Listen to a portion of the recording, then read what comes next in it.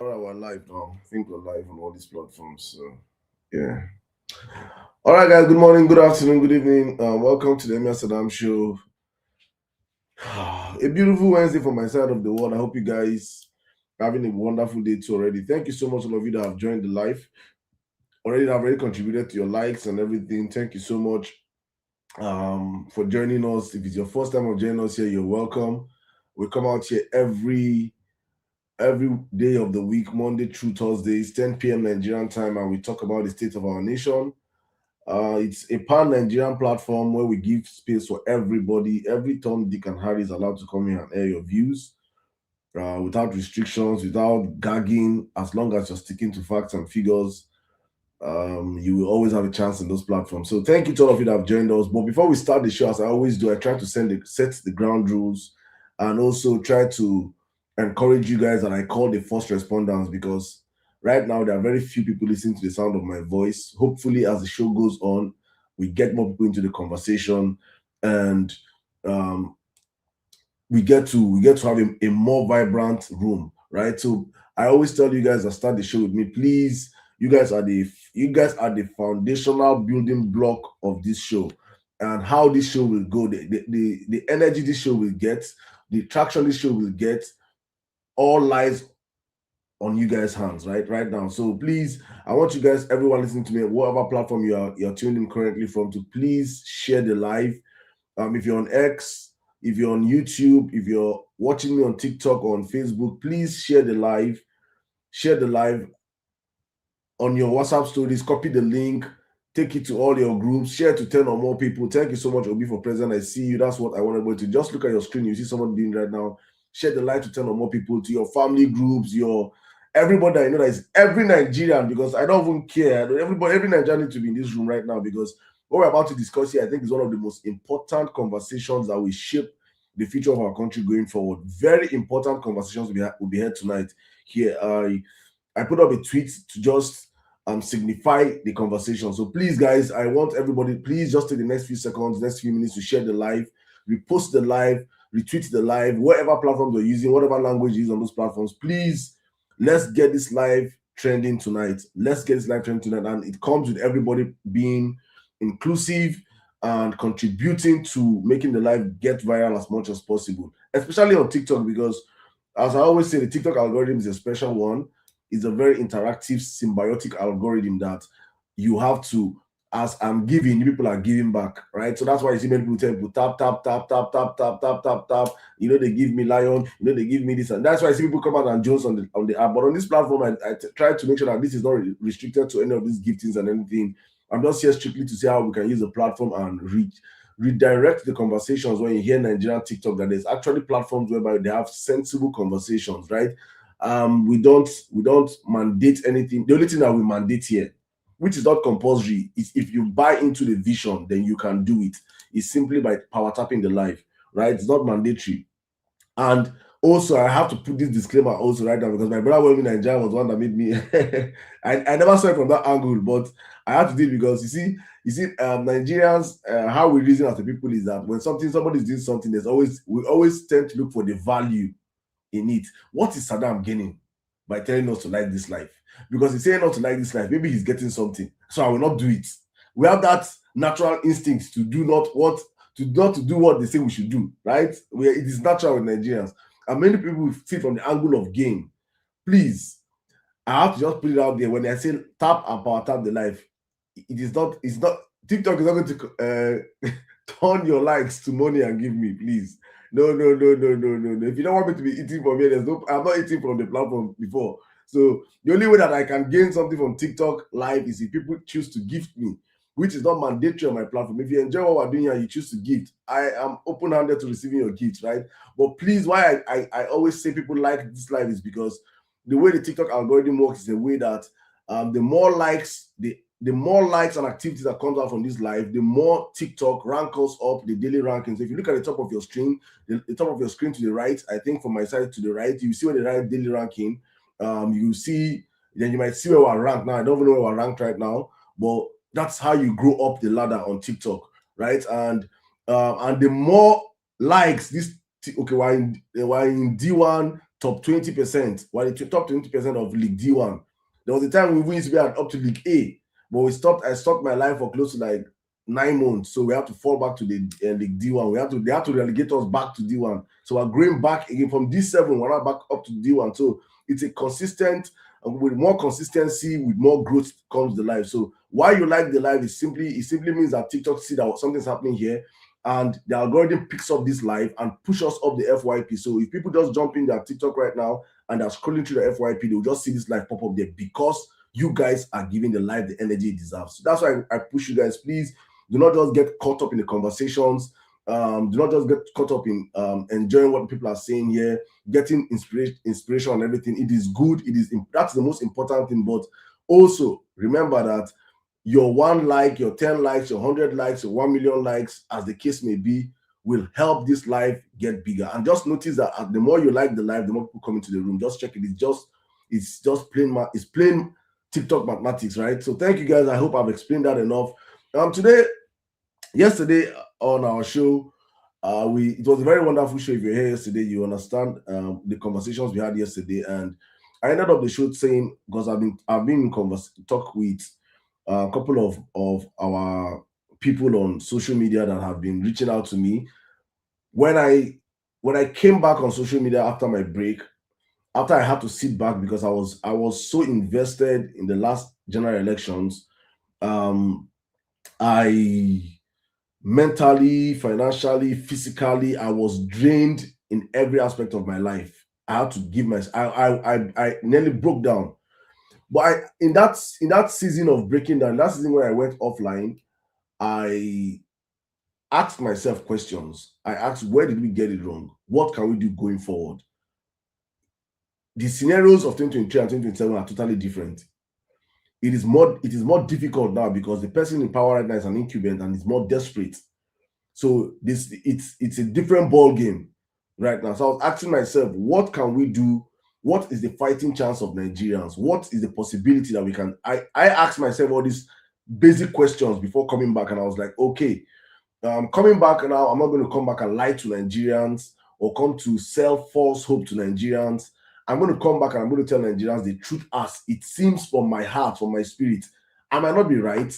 I might not be 100% accurate, but if there's one thing I know I'm doing is that I'm doing it from a sincere part of my life, and I'm doing it from an angle that I know that I have is tested. I'm doing something that is tested now. I'm not doing something based on assumptions, right? I'm trying something that is tested. So when I was coming back, my mindset was simple, that for us to get back our country, for us to have a fighting chance in taking back the country, despite what we may see. I remember then when I was coming back, the governors were already beginning the decamping season. APC was just getting governors back to back to back. And I think I made a couple of things, and I say that for me, I would prefer for the whole 36 governors to go to APC. Let all the governors, all the senators go to APC, so that we can know that it is so that Nigerians can understand that it is Nigerians against the elite class. I don't want any disguising. I said it, in fact, I said it then, I said, I want all Nigeria, all the governors, including Alex Oti, which I have a soft spot for. I have a soft spot for. Maybe I'm not that I have a soft spot for. By the grace of God, was the only person that interviewed him on social media. Be proud to him becoming the governor. So I know that I've intermingled with the man before. So I share his vision, and I see the great works in. But I said, I know the pressure of the man in Aso Rock. I know how diabolical the man in Aso Rock is. I know how he operates. I know that he's not a Democrat, he's a dictator.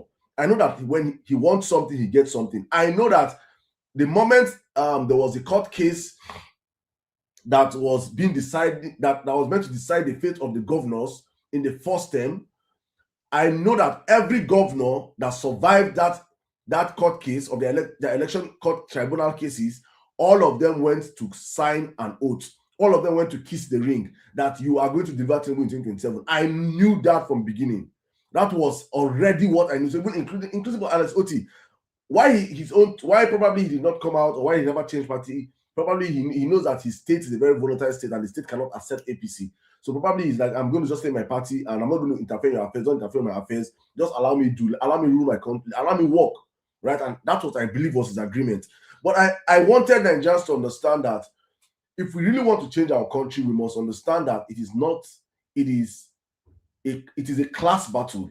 It is not a battle of Igbos versus Yoruba, Yoruba versus Igbo, Yoruba versus Hausa, Hausa versus Yoruba, or Hausa versus Igbo, or Igbo versus Hausa, or minority. It is not that class. It is the class of a certain set of elite people that have always benefited from the country being the way it is, and me and you, the common day masses.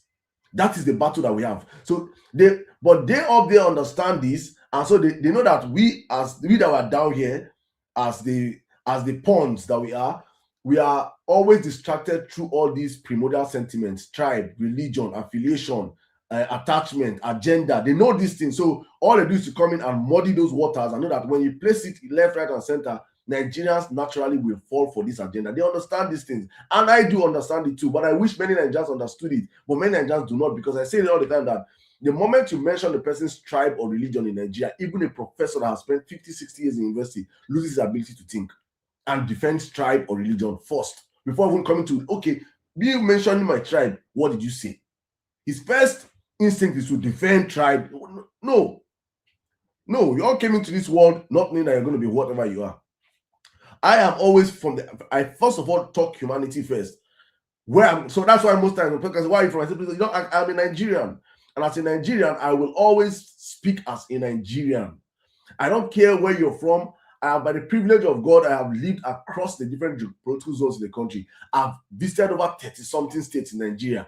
I have traversed the country, so I know how our people think, how diverse we are as a people, how broken we are as a people. I know I also understand the enormous wealth God has kept for us as a country. So I know that what is meant to bind us is greater than what divides us.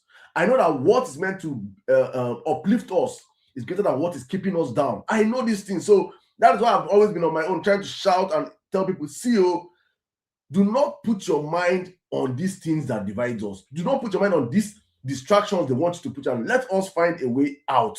And the way out is understanding first and foremost that me and you on this life right now, we are apart from the elite class, because they always come to my life, right? Apart from those selected criminals, it's a class war between us and them. Sheyi Tinubu's wife na Igbo woman. Sheyi Tinubu's wife na Igbo woman. Tinubu wife na a Shekiri woman. Tinubu wife no be Yoruba woman. That is Remi Tinubu. Remi no be Yoruba woman. I want you guys to understand. But when they saw in this bigotry, they do not tell you people these things. They are not up there. They are not divided across. They are divided across how to steal. They are united across how to steal. So this division is just for us down here. So we have to understand this thing and say, okay, how do we come together and say, how can we fix our country? How can we take back our country? Because if we fix our country, fixing our country first entails us being able to choose who will govern us. Fixing our country means that our political players know that the right to vote and the right to choose leaders is vested upon we, the people, not them deciding for us. That is the first step to fixing our country. If you lose this first step, every other, it is you building on a faulty foundation. So you want to build a skyscraper and you start building a foundation of 10-story building. That skyscraper will what? It will crash. So the foundation of a successful democracy lies on how you select your leaders. And selecting your leaders lies on the participation of the Nigerian people, or the people, as the case may be. And so that's why for me, when I was coming back, I hope you guys are following my train of thought. I'm not trying to tell you how I came back to and where I am right now. And my mindset was like, for us to stand a fighting chance against this elitist class, these people that have kept us divided, these people that are already grooming their children to take over from them, we have to know how can we secure our votes. Because if you can secure your votes, if you can protect your votes, then the future is we're already one step towards a better country. Because if Nigerians and the world, if the politicians know that these people's vote will count, these people, we cannot steal their votes. They will now work towards making sure that our vote is earned, that they aim the vote of the Nigerian people, that they cannot just come in and steal the vote or write figures. That is where democracy starts. So whether you're a genius, whether you're the master builder, the master how do they call this man, master planner, or whatever it is, it all boils down to knowing that Nigerians can vote you in or out of office. That is when we can say we have a democracy. But what we have right now is not democracy. That's why you see people coming and tell that Tinubu will win. Tinubu will win when he's highly and hugely unpopular in the country. How do you call that winning? That is not winning. Rigging is not winning. You cannot say someone that rigged has won. So we have to create a system of as a people that will make sure that rigging is virtually impossible. And that was where I was coming from my headspace. Because I was thinking of myself, I said, okay, how do we do this now? I believe that the first step was to have probably a united coalition of opposition voices. And I was one of the people that was championing. I said, let's have a united coalition. Probably we can have men that can think and keep their selfish ambitions aside and unite towards a Nigerian cause and unite towards an individual that Nigerians holistically are pushing for. And we can have a fighting chance then. Then it makes the job of me and you easier, because when politicians come together and unite and say, okay, let's go as an opposition force, they have interest to protect. So they're going to protect their votes. They're going to protect the votes, right? That was the first step. So, but when the coalition happened and the coalition scattered, I said, aha, let's come back to the drawing board, which is the second step, which means now that the job has now fallen back to me and you, which means that we must do the work that those politicians have, that work of structure work, which Nigerians, we are not known to have done it as a country, but there are people in our country that have done it successfully and it worked. So I'm not going to propose, I'm not coming here to propose something that I have not seen or have not worked in your country. It has worked in your country, albeit on a very low scale. So what we have to do right now is to enlarge the scale, enlarge the expand it, and say, okay, if this could work in Kano State, if it could work in Imo State, if it could work in this state, if it could work in that state, it can work in every state in Nigeria, right? That is just normal. When you're doing experiment now, sample size. Use the sample size of one state and say it can work in 1 or 2 states, it can work in other places, because we are all Nigerians. What is affecting one in Kano is what affecting person in Anambra, in Ibadan, in Akwa Ibom is the same thing. Our problems are the same. So the solutions also are almost the same, right? So I wanted to now set up a platform. What was the vision of my head was setting up a movement called Protect Our Vote Initiative, which I have already proposed it, and some people already reached out to me and said, Sirdam, let's do this, right? And while I was doing it, while I was at the foundational stage of setting it up, one of my mutuals came on my live, and on my live, she came out and said that they're already doing something like that too, right? So I'm just going to start bringing up people up right now, so that, because let it be, so please, while you come up, please just mute your mic, guys. Thank you so much. Zini and Co, please, if you guys can come up right now, I just want to make sure that we can start the show on time, please. Thank you. So she came up and she said, Sirdam, we're already doing something like this. And I'm like, oh, really? And she said they already have a group they have created. And I said, what is the group about? She said it is Protect Polling Units to Coalition Center Movement. Remember what I said earlier on? I said my idea was Protect Our Vote Initiative. And simply what I was thinking was how we can create a movement of Nigerians that understand that they have to follow their votes from the polling. It has not been done across the country, but it has been done. Please, if you come up, please mute your mic, please. Thank you. So my idea was, okay, how do we do this? It simply means protecting your vote initiative means just telling Nigerians that we have to create a movement of Nigerians that are on ground, because Nigerians need direction, right? Nigerians as the people, we need direction. We're people that just not naturally, I know some of us want people to do things, we want things to be done for us, but we also need direction. We need people that say, okay, this is the way. And people will follow that way if they see that there's light in that way, right? So that was the idea of my brain. So when she came out and said they're already doing something, I was like, oh, I thank God. So I'm not going to have to stress myself extra because me, I'm best at what I do. Right? There are people that are very good at mobilizing.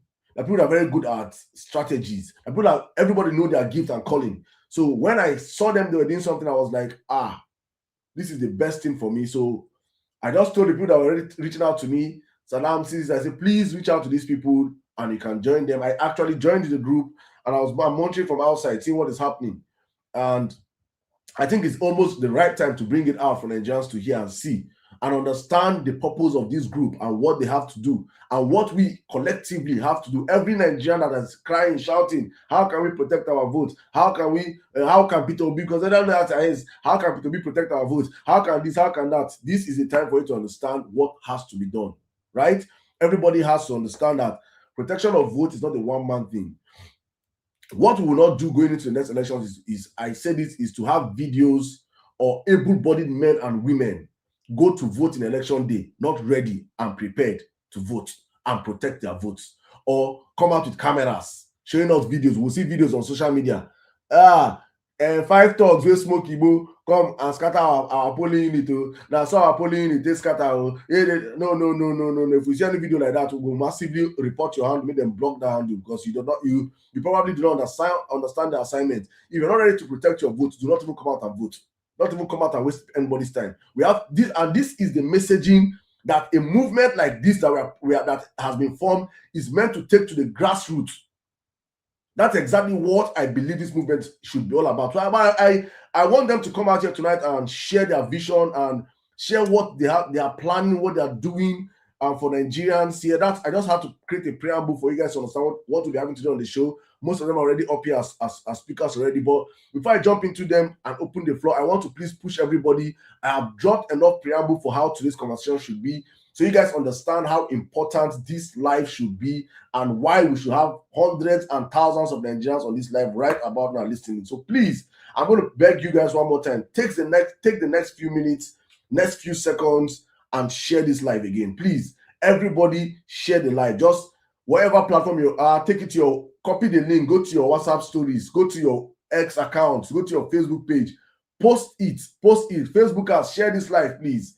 Everybody on YouTube, share this live. If you're on X listening to the sound of my voice, please repost the live, share the live. Let Nigerians know that something very important is about to happen here. I don't know about many Nigerians, so if na cruise na want, me I be cruise man. But if we are serious about fixing our country, if we are serious about wanting to move out from the trenches, everybody should please invite people into this live right now. Please, that's what we should be doing right now. Everybody just please, let's invite people. Why I just bring up more people up to speak as speakers. Once I see you wear this on a anchor, I mean what do they call them? On a DP. What do they call them when people Ashebi. When I see this in a put CCM Ashebi, I'm already bringing you guys up, man. I want to bring you guys up. Thank you so much, guys. Thank you. Please repost the live. Let's get more points in the conversation, please. If you have questions for them, if you know anybody that have been worried, because I made a tweet this evening. I made a tweet and I said, because I've been seeing some people commenting, right? Saying nothing can be done. Tinubu have already secured 2027. Right? And some people are, there are people that are optimistic. There are some people that are pessimistic. There are people that are realistic. That depends on where you are on the stick affair, right? Me, I'm a very realistic human being and also an optimistic human being. So I'm going to say this realistically for Nigerians to understand the simple truth. To take power from Bola Ahmed Tinubu in 2027 is very difficult, yet very easy. It's very difficult because Nigerians have not done something like this before. And why are you now having hope, Saddam, if Nigerians have not done something like this before? Why do you now have hope that Nigerians will do it for the first time? That's the question some people ask me. I have hope that Nigerians will do it for the first time because for the first time in my life, I witnessed Nigerians drop tribalism, drop agenda, drop religion, dropped everything, and voted for an Igbo man in 2023. I have never seen that happen before in my life. In fact, when we were campaigning in 2023, many people were telling me, Saddam, Peter Obi na Igbo man, they don't go vote him for North, they don't go vote him for here, Yoruba don't go vote him, this one don't go vote him. And I said that lie. Well, I was optimistic. I was not realistic then. I was just optimistic in 2023. I say we were campaigning on that aura, on that vibe, on that optimism that it will happen, that Nigerians can do this for the first time. We can keep what they have used to divide us for so long. This tribalism, we cannot forget our history. We cannot forget what happened in 1966. We were not born then, but we grew up to hear those stories. We grew up to see that there's a distrust between these tribes, between these regions. We know these things. We cannot hide it, right? So that is what the elite class have always banked on, this division, that they will always sow it during electoral season. But no, I saw Peter Obi go on rallies in Kano State. Tens of thousands of people are out on the street. In Adamawa State, in southern Borno, in Borno State, the army told Peter Obi, you cannot go there. He said, I will go there. And thousands were out there waiting for him across the northern part of the country to the south. So I saw these things happen in my real time. I was like, no, if we could do it then, then we can. I've not seen her, please. Our request, the mic, please. If it could be done then, it can be done now. So that is where I now got the hope that if a first time can happen, a second time can never happen again. That is where I got the hope. I said, okay, so what is this second time now? My second time is that for the first time in the history of Nigeria, Nigerians, I believe, will vote and not go back home. But Nigerians will vote and follow their votes from the polling unit to the coalition center. That is what I'm saying. For the first time in history, it has not been done before. It has only been done in Kanu. That's why you cannot still vote in Kanu and Kwankwasia. Kwankwasia, they used to go to vote with Dansanda. This is what we call Dansanda. This stick, Dambanga. If you see this stick, if they hit you with that stick, you go buy, your spirit go lost. If you get sold, it go lost. That stick, if you see that stick, this one no be no everything be 2x2. 2x2 na firewood now. That stick, you know they burn for fire. Oh. If you put that on that fire, you know they burn. Oh. They don't cook the stick. If they knock you, if better when they shoot you gun, that mean they hit you with that stick. That stick is very brutal. You go see them, all of them, they carry them. You dare not steal a vote in Kano State. So if it could be done in Kano State, and I said that I experienced it in Imo State, I was traveling to Port Harcourt. On election period, they took out an incumbent governor or Hakim for Rochas. I was in Goslow for over 3 hours. They say, what's happened? They say, the election will run to like 3. Imagine me traveling after elections I think it was on a Monday. On a Monday, I was traveling to Port Harcourt, and I was on Goslow for close to 3 to 4 hours in Imo State. Why? Because election when they do on Saturday, people still occupy Saturday, Sunday, Monday. People they outside. They sleep for INEC office. Governor no fit carry convoy enter there. How do you want to rig? How can you rig a place that is occupied with hundreds of thousands of people? How do you want to enter that place? So that is the idea I believe is for this movement. So I'm just going to open up the floor right now to them to just let's have a little bit background of the conversation. Meanwhile, please, if you're joining us for the first time, please share the live, repost the live, and also like the live. We have a mandate of hitting 100,000 likes every time we come out here on this platform. Please, thank you as you do that. Let me bring in the Nigeria Watchdog, my brother. It's good to have you on the platform. Good evening. I should start with you then. Probably I will allow you co-host this platform with me tonight because you're in a very better position to bring up to moderate it well. I know your people, those are disguising, those are not disguising. So let me start with Nigeria Watchdog. Nigeria Watchdog, good evening. How are you doing today, my brother? You're not audible. Can you unmute your mic, please? Thank you so much, Emir Sirdam. Thank you so much for being a sincere and patriotic Nigerian. You see, I realize that many people who are part of the people that are desecrating our country are the people disguising to be patriotic, but these are not patriotic Nigerians. Many of them know that they are working for their masters. They're only disguising with patriotism, and they are desecrating our country. Now, we are aware, me and you, we are aware that things are the comatose in our country. Me and you, we are aware that things are falling apart. The center cannot hold. Me and you are aware that we have a presidency that is the head of a gang of criminals. Me and you are aware that we have a president who came into power by deception and manipulation. Me and you are aware. So these are not things that we should come here to even talk too much about. There are too many rascality going on in government.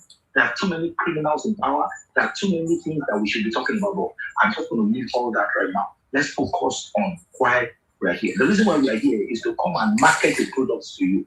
The product is PUTCCM. What is PUTCCM? PUTCCM is Polling Units to Coalition Center Movement. It is a movement that has been organized by well-meaning Nigerians, people who have the interest of Nigeria at heart. People who have looked at it that, okay, we cannot continue to just make noise, talk, and complain, and just continue to speak and just talk about the problems and just continue to complain on the internet. That, okay, what do we do? Because we all know that we need to do something. And that's the reason why we said, okay, let's come together. Let Nigerians come together, recruit themselves together, and come out. What do we do on the day of election? It is to come out to vote. Even if you do not have a PVC, it doesn't matter. You can be a part of us. If you try to get your PVC, do everything, and you could not get it, you are still useful. If it is financially you can support, you're useful. Anyhow, any means, we are taking back our country from the hands of these criminals, these rascals that have taken. Peter Obi described them. He said that the issue of Nigeria is like a situation where lunatics took over an asylum. So anyone trying to take it back from them, they come aggressively. They come with aggression. So the only way you can take it back from them is to be crazier than them. We have to be.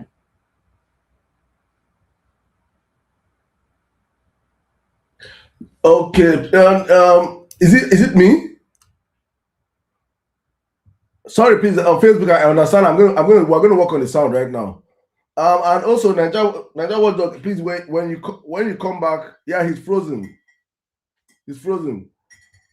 All right, guys. You're listening to Nigeria Watchdog. That's one of the convenience of the Polling Unit to Coalition Center, a movement of Nigerians that have come together to say, let's talk about what is more important, or what's the most important part of electioneering, which is protection of votes. We run a system in Nigeria whereby people are shouting, people are screaming. How I get this question almost every single day. I put out the video. How will Toby protect his votes? How will Nigeria protect their votes? It is always being asked, and these are people that are coming out to understand that, okay, to explain to Nigerians to understand that, please, we are here to show you people that see how our votes can be protected. And it's important we allow them have a say in the conversation. So Zini, if you want to, can you come in right now? Let me put you on the let me put you on the main box. Sorry.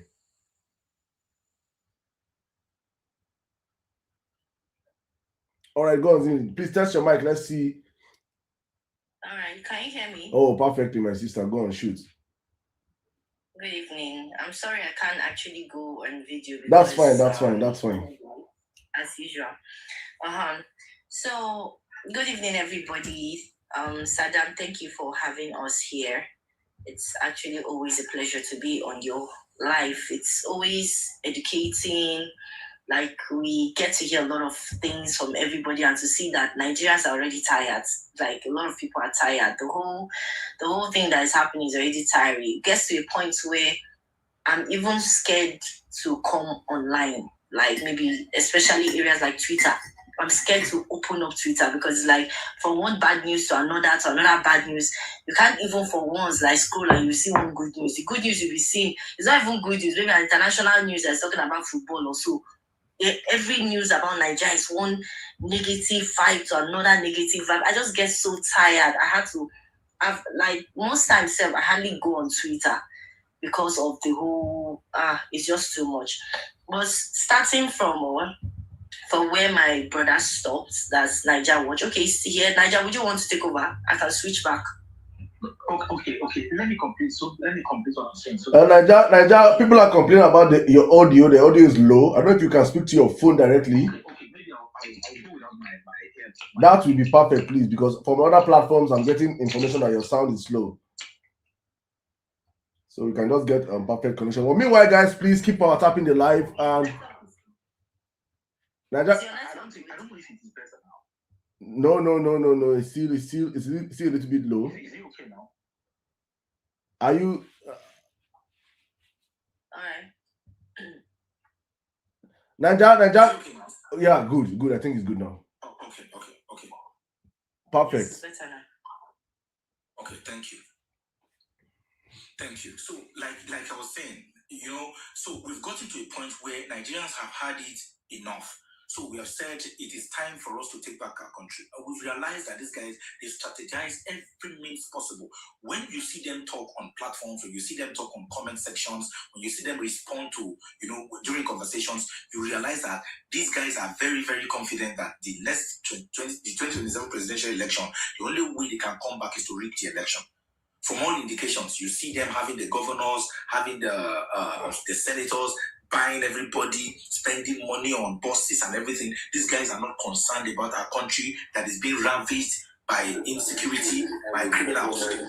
They are only concerned about winning the 2027 presidential election. And that's the reason why we ourselves as Nigerians, we have to also make up our mind and say it is time to take back our country and begin to build it again. So 2027 election is going to be the last straw that breaks the camel's back. We are either going to get it right that time, or this country will be headed for destruction finally. This is not my wish for Nigeria. This is not my desire for Nigeria. And I have never wished doom for this country. But I can assure you from all the indications, if you're smart, whatever is happening today, they were predictions from 3 years ago, 4 years ago. And whatever we said in those days, they are the realities that we are experiencing today. And we are saying it again right now, that we have just one opportunity to get it right again this time around. If we do not get it right this time around, I do not know when we might be able to get it right again. So that's why I'm begging Nigerians, please come and be a part of PUTCCM. But PUTCCM, like I said, Polling Unit to Coalition Center movement. A few other persons are going to come and just share the thoughts. Polling Unit to Coalition Center movement, what do? We vote, we'll stay back on that day. There will be gadgets, we'll be able to monitor our phones, our votes with our gadgets, with all the kinds of gadgets that are possible, that we are able to get our hands on. We'll stay back, monitor those votes from polling unit to rack centers and to coalition centers. And we're already recruiting people. Nigerians are already joining us. So if you're abroad and you love your country, because I tell people, now, Emir Sirdam was raising a very cogent point yesterday. I'm sorry, I'm taking much time. Emir Sirdam was saying something very, very important yesterday. As of January, February this year, if you had told people in South Africa that they would be driven out of South Africa like common criminals, they would not believe it. If you had told them, they will call you a fake prophet. But here we are today. South Africa, Nigerians in South Africa are being told to leave. Whether you have the papers, whether you do not, you are being told to leave South Africa in haste. Now you have to sell properties, you have to run away like a common criminal from South Africa. Now, you're leaving South Africa. Where are you coming to? Are you coming to meet the banditry in Nigeria? Are you coming to meet the terrorism in Nigeria? Are you coming to meet a situation where our roads are so bad that if a celebrity, I'm not going to mention him now, should I mention his name now? Anthony Joshua, who came to Nigeria and his trainer was on a light on our roads. It's so bad that we have a government that is buying buses in thousands for campaign, but there are no what is it called now? Ambulances in our hospitals. Our doctors are on the run. People are practically escaping from the country. People are dying every day on the Mediterranean Sea. Many of Nigerians are in Libyan prisons. I ask people, how many Libyans are in Nigerian prisons? I used to ask people, I have over 30 years, I have never come across a Southern African, not even a South African, a Southern African person in Nigeria. I've never come across one. I don't know if other people are opportune. I've never come across a Southern African, not even a South African, in Nigeria before. But here we are. Nigerians are littered all around South Africa, doing all kinds of things in desperation for survival because there are pain at home. They have to fend for their families at home. Their loved ones are here in Nigeria. They need to do everything possible. Whatever desperation you see Nigerians going through all over the world is because of the pain that is being experienced in Nigeria. Now they have to find a way to survive there because they, number one, they know they cannot come back home. Number two, they know that their parents sold properties, sold landed properties and everything to send them there. So you're not going to go there and tell and give excuses. So it is a one-way traffic. You either go there, succeed, or you go there and commit crime just to succeed. Just succeed by all means because there is nothing at home. That is the reason why we have to begin to build our country. Don't say I'm in Canada, in America. Don't say I'm in UK. Don't say I'm in Germany. I am safe in Estonia. I am safe in Poland. I am safe in all parts of Europe. I am safe in Asia. I am safe in Australia. You are not safe anywhere so long as you are a citizen of Nigeria. Home is home. A day is going to come. I'm even asking people, what if what happened in what's happening in South Africa now begins to happen in the United Kingdom, begins to happen in United Arab Emirates, begins to happen in America, begins to happen in Canada, and they begin to tell Nigerians it's time for you to go back home and stay back home maybe for a year or two.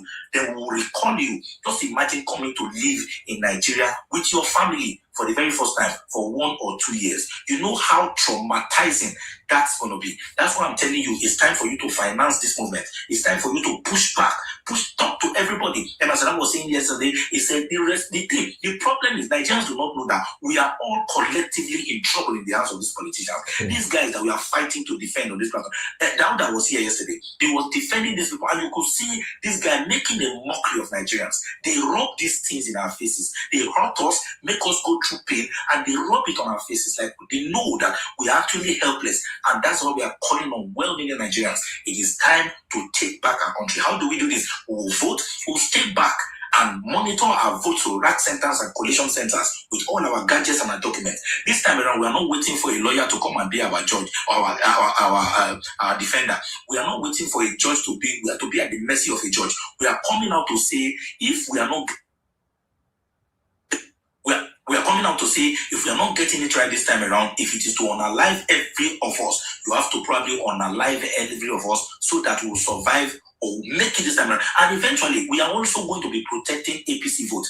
If they do the right thing, the people vote for them and they win the election and they are declared, there wouldn't be a problem. But where the problem will begin from, because this time around, it is not just the obedience now. There are the crazy part of us, which are called the kwakwansia. And the truth of the matter is, if you mix ink and water, nobody knows what the outcome is going to be. So this time around is a mixture of both ink and water. If you try to make an attempt to write something on the wall, it might stink on that wall. That's why I'm saying that the damage that is going to cause, these people should just forget about it. No rigging in 2027. We are sounding it clear and loud. No rigging in 2027. Do not even attempt it. And of course, you know that you can't even rig election this time around because we'll be on ground. We'll be there watching you. We'll be counting with you. We'll be monitoring it. We'll be following it up. And forget about the people that are in the comment section saying all kinds of things, insulting people, trying to demoralize Nigeria. Do not allow anybody demoralize you. I am right here in Lagos. You can go to my videos. I will go outside to threaten APC in the APC zones. We tell them that we even want you to do something, hurt us, touch us, and see the outcome. Maybe we are going to be the one that are going to bring out the revolution. So eventually, if they say they are madder than madness, and they eventually declare or rig the election and declare the wrong person, then Nigerians, the obedient, the kwakwansia, and the Nigerians that are hungry, that are starved, that are on a light on daily basis, that are being kidnapped, whose families are in the kidnappers' den, who are looking for millions and coming online daily to beg Nigerians for survival, people who are begging the diasporans for survival to feed themselves and their family, people whose jobs have been taken away from them, people whose businesses have collapsed, people who are daily surviving. They are going to be the ones on the streets that day, demanding their mandate, not waiting for anybody called Peter Obi. We don't give a heck about it because it's just the face of the Nigerian that we want. And eventually, if we come outside, both you that campaign for them, both you that we know your face, both you that you read the election, both you that say core member, that everybody is going to be on the run that day because it's going to be a revolution that they used their hands to call upon themselves. So I'm going to drop the mic right now so that my beautiful sister, my boss, we'll continue from there. Thank you so much, Nigerians. Please send a DM, send it. If you want to be a part of us, you can send to me, send to Zini, anyone that you see your PUTCCM. You can even reach out to Emir Sirdam, and he will be able to direct you to where you need to be. Thank you so much. Thank you so much. Sheiks, thank you, sir. My boss. Thank you very much, my brother. Thank you very much, Nigeria Watchdog. Honestly speaking, you've made a whole lot of sense here, and that's the energy I believe we should take going to the next elections. I hear when my friends from the other side say revolution now, revolution now, revolution, and I tell them that, you see, I'm a very realistic person. I try to make sure I try to understand conversations. When you say revolution, I totally believe that probably to change Nigeria, we might need a revolution. But to get the kind of revolution that we need in Nigeria is one that cannot be engineered the way we think it should be. And for us to be able to have such a revolution that I believe can change this country holistically is a ballot revolution, which I believe the general elections will give us an opportunity for us to try. So if you call revolutionary now, there are people that are beat down by hunger. I say there is no occasion in Nigeria, no occasion in Nigeria we have millions of Nigerians on the streets on the same day than the general elections. That is the only day that millions of Nigerians will be on the street, from Kanu to Katsina to Ibadan to Oyo to Enugu to Anambra to Ebonyi to Akwa Ibom to Uyo. Every millions of Nigerians will be on the street on election day. So if there's any day you want to trigger a revolution, it's that day. And so the Nigerian people have, this is the mentality I believe that we must be taking out for that for those that are calling for revolution. And that's why I see many of some people that I expect to know when they talk and say, Nigeria cannot be fixed, nothing can be done. If Nigerians are ready, let them be deceiving ourselves. We must be ready and to take back our country. And I ask you, do you understand your country? If you understand how divided Nigeria is, if you understand the peculiarity of the problem in Nigeria, you understand that you cannot get Nigerians in their millions out on any day. This is if you just open your brain and you see it. It's no matter of rocket science now. You can speak English. Just think. But the only day that is guaranteed, even Christmas, millions only come out like that, like election day. Even Salah, the day that is guaranteed that able-bodied men and women will be out on the streets in their millions, even if it's 5 million of 200 million, it is enough to trigger a revolution in this country. It's on election day, the general election day. And also on that day, Nigerian government, the Nigerian security force do not have the system to prevent an outright revolution on that particular day also. So the best thing is, and that's why I say that for me and what you guys are doing, maybe it's just part of a feedback I'm giving you guys now, so you guys can work on it, that your messaging going forward to Nigerians is simple. That on election day it's our salvation day. It's a day that we can salvage our country by defending your votes. And if you defend your votes, there is no how that day you people will not get the result. If not, it might not be that day, because these people are very desperate. They will prolong it for 2 days, 3 days, 4 days, and see who is more desperate with who in 2027. If we are more desperate than Tinubu is a gunner. And our desperation means we getting ready to stay beyond the first day of call. It's meant to stay beyond the second day of call. Stay on the third day of call. You're out there. No bath, no shower, no one. I call it 4 days for 4 years. If you can sacrifice 4 days of your lives as Nigerians, you will save the next 4 years. But if we lose that 4 days, you should be ready for Tinubu 2.0. Thank you very much. Zini, you want to come in right now? Mr. Shags, okay, let me bring in. Is it one of you guys? Can I talk, please? No, I don't know if you can bring him up and let him just say something. All right, Mr. Shags, let me bring you up. Zini, please, you come next, please. All right. I really want to say thank you so much, Sirdam. I've been following you for some time, and also I just followed Nigeria Watchdog now. I want to say thank you so much for all you guys have been doing. I really want to say, and to everybody in this platform, on this live, I want to say thank you so much for coming in. Now, my worry basically is, You see, the last election that we experienced, the Ekiti election, yeah, the Ekiti election, I followed through that election very well to see the kind of gimmicks, the kind of tactics that these people are trying to use. It's just like that one is just like a pilot, like a how will I put it? Like a pilot to what they are going to do in 2027.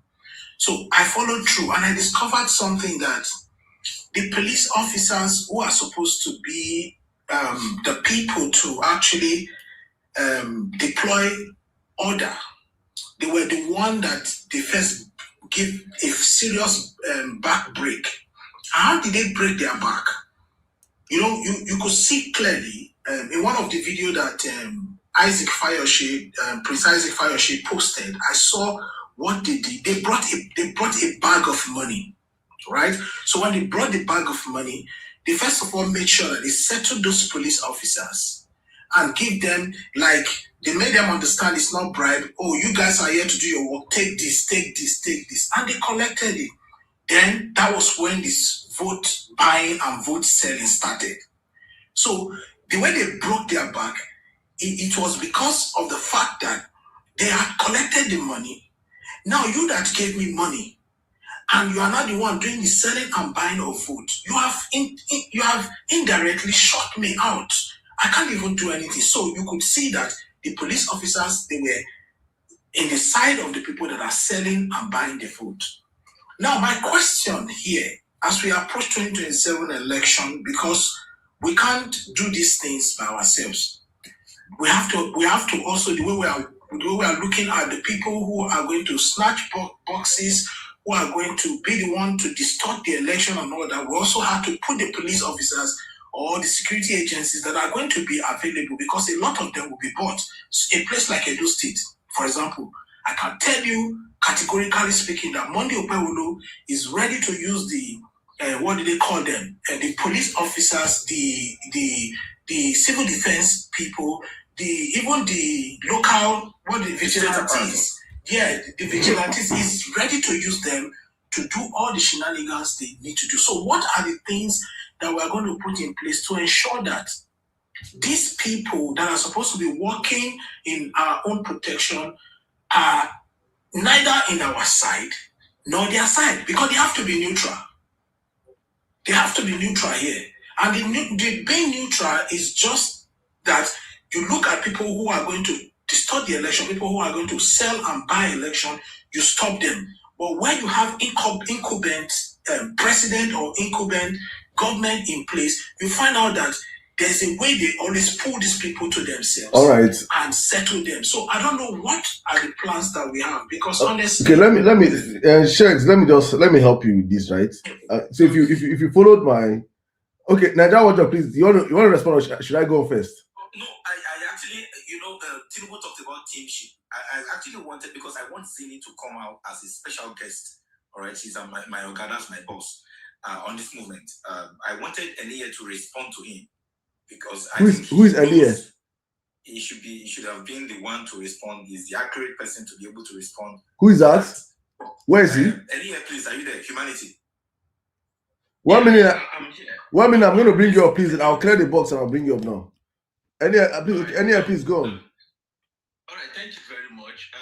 Good evening, everyone. And host, honestly, I don't know how to say thank you to you for this opportunity to use your platform just to ensure that Nigeria is great again. Honestly, I'm out of words. I don't even know how the kind of words to describe the kind of personality you are, but I pray God bless you and may our effort not be in vain. So, Mr. Sheks, if I pronounce the name correctly, sir, you see, you are not far from the truth when you said they are going to use the police and every other person that are meant to protect the people, to work against the people.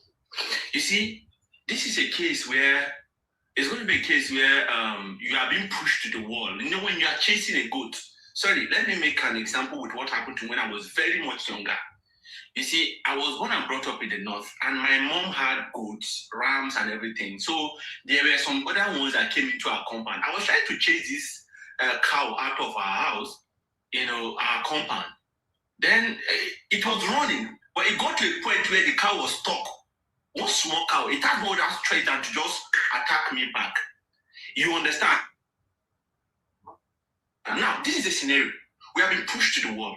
Nigeria has seen everything worse that a government can offer. You understand? Now, I'm not seeing any country in the world right now that is actually going through what Nigeria is going through. Do you understand? Now, it is either we buy in the hand of the police or we buy in the hand of bandits and terrorists. So if it is the police that want to buy us, then so be it. Do you understand? See, whether you like it or not, the police are meant to provide security, secure lives and property. Now, APC is now using them to destroy lives and properties. So let the world see who APC really is. We want to expose them to the world. We want to see the wars they can do, and we are coming prepared, sir. We are not going there simply because we want to see the next thing. We let the will of God be done. 100% prepared, sir. You understand? We are not let the will we are of not God be committed done. to commit crime, but we are What prepared. we are doing That's is what we that have to we say. are going there committed, prepared, whether come rain, come shine. However it is, see, for you to liberate the country, people must go down. It is not the fact. It has been happening all over the world. People must go down. So if it is us that will have to go down for Nigeria to be free from the attacks of terrorism and everything, the hunger, then so be it, sir. I'm tired. Like, I know how my dad was doing extremely well in his business. But through this APC, his business has collapsed. He's struggling now. Okay? The same thing with my own too. I'm struggling. Surviving these years of APC has never been a joke. So I would rather that I'm not even there at all than to survive another 4 years. See, let me remind you, Nigerians, something. Although it is not yet my time to speak, but I'm just trying to respond to Mr. Shakes. Yeah, the return of Bola Ahmed Tinubu will be 10 times worse than the present one. Absolutely. The second coming, there's going to be tax law. A lot of things that have been suspended are suspended simply because of the election. The moment, the day they declared Tinubu winner, that day, don't forget, he's already the sitting president. He will say the tax law must be implemented. The 50,000 naira YF fee must be implemented. Every other thing that have been suspended must be implemented. So therefore, I don't want to go through that stress. I'm tired of feeding from hand to mouth. I can't steal to live my life. I can't rob to live my life. I have to go through the legit means. I know who I was before Tinubu came into power. And right now, I'm struggling to survive. So I don't want to struggle no more. I want to live. I don't want to survive no more. I want to live. So therefore, it's either they buy me or we get this country. Thank you, sir. Thank you. Please, to even add to this, right? Mr. Shakes, probably, I try to be very objective also, and I said a whole lot of stuff here. There's something that when I started my submission, I said that I'm banking on Nigerians doing what we have not done in generality. And the government are banking on our ignorance. The government are banking on propaganda. The government are banking on selling fear. And these are 3 major weapons that they will use before the elections. I tell people that elections are won first here before on the ballot. It's a psychological, it's just like football, it's just like boxing, it's just like, that's why they call it sports, even though politics is not sports, because politics affects the daily outcome of everything we do in our lives. But it is played like a sport. So if you are defeated here, you will not even be motivated to go and vote in the first place. So where the messaging has to come in as a people is that we have to let them just understand that if Ghanaians could do it, Ghanaians did it last year. Ghanaians took out the incumbent establishment candidate that was backed by foreign powers, because I don't want to break it down. Let me break it down a little bit. The Ghanaian embassy, the American Ghanaian embassy, was ground zero for some things that were meant to do in Africa. And the current president of Ghana, his candidate, which I think was meant to be his deputy, they already had a plan of succession of them retaining power, but Ghanaians came out and said no. Ghanaians for the first time in their history voted, protected their votes, followed their votes from their polling unit to our collection centers. What we are saying right now is what Ghanaians did. And what we fail to understand is this, and that's why when I try to communist, when I try to demystify the fear factor for Nigerians. Nigerians are living in fear of the unknown, fear of what they don't know might happen, what will happen, and fear of the propaganda-laced government, because Tinubu is a king of propaganda. The truth of the matter is that if Nigerians come out in their millions on election day, El Pebolo no get security to quench millions of Edo people out on election day. That is the truth. That is the angle that they don't want people to understand. If millions of Edolites that register to vote come out on election day and say, we dey come out to vote, which is what we are meant to do, to educate them, to energize them, to mobilize them, to push them out, because they are there. You can't say they exist. These people exist. They are feeling the brunt of this government. They hate this government, but they need to hear what we are saying now and get motivated to come out on election day. I tell people that I've been in stadiums across the world. When you see 50,000 people march on the streets, 50,000 people, I tell you that they're not. Edo State don't get 10,000 policemen. Edo don't have 10,000 policemen. Edo don't have 10,000 police, army, and this thing put together. They don't have it.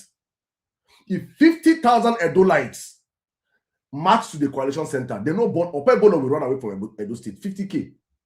I'm bringing the number to the lowest minimum, because on election day, millions of Edolites will be outside. So if 50K can just say, Omo, I am tired. Look at how NII is speaking right now. He's tired. His dad is tired. Everybody. If 50K of NII is in Edo State, Tinubu loses Edo State. So that is where we have to push the messaging right now to just understand. Forget APC factor. Forget their propaganda. Forget their governors. Forget everything they're giving you. Focus on what is your strength. Your strength is the people.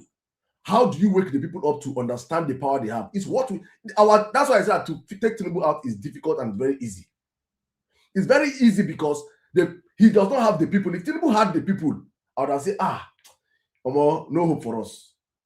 But Tinubu does not have the people. The problem now is, how do you educate these people to understand that they are more powerful than the people? They say, there's a popular saying that the people are greater than the people in power. The power of the people is greater than the people in power. It is only for the people that know this. So please, I just want to let Nigerians understand, if I bring in the next speakers and zoom out to understand, to go on with the conversation, that please, our messaging going forward is, Nigerians, the power is in your hands. Are you ready to stand up? If you see 10 people saying in their polling unit, you don't go sell vote for you. In fact, if they come my polling unit, I'll make it sound certain. If you come buy vote for my polling unit, all of us go enjoy that day. Because we go beat you, we'll collect that money, we go share that money for our polling unit. My polling unit, I have my boys already. Where of us did my polling unit. It is certain. Any video that will come out from my polling unit is a video of us with the knack person will come steal our vote, or person will come buy our vote. We go, hand go touch you. Hand must touch you. So that is the mentality we must have going forward this election. And I hope Nigerians understand this. But Mr. Shed, I hope that it keeps you. Thank you. All right, Nigeria Wardrobe, please come back in.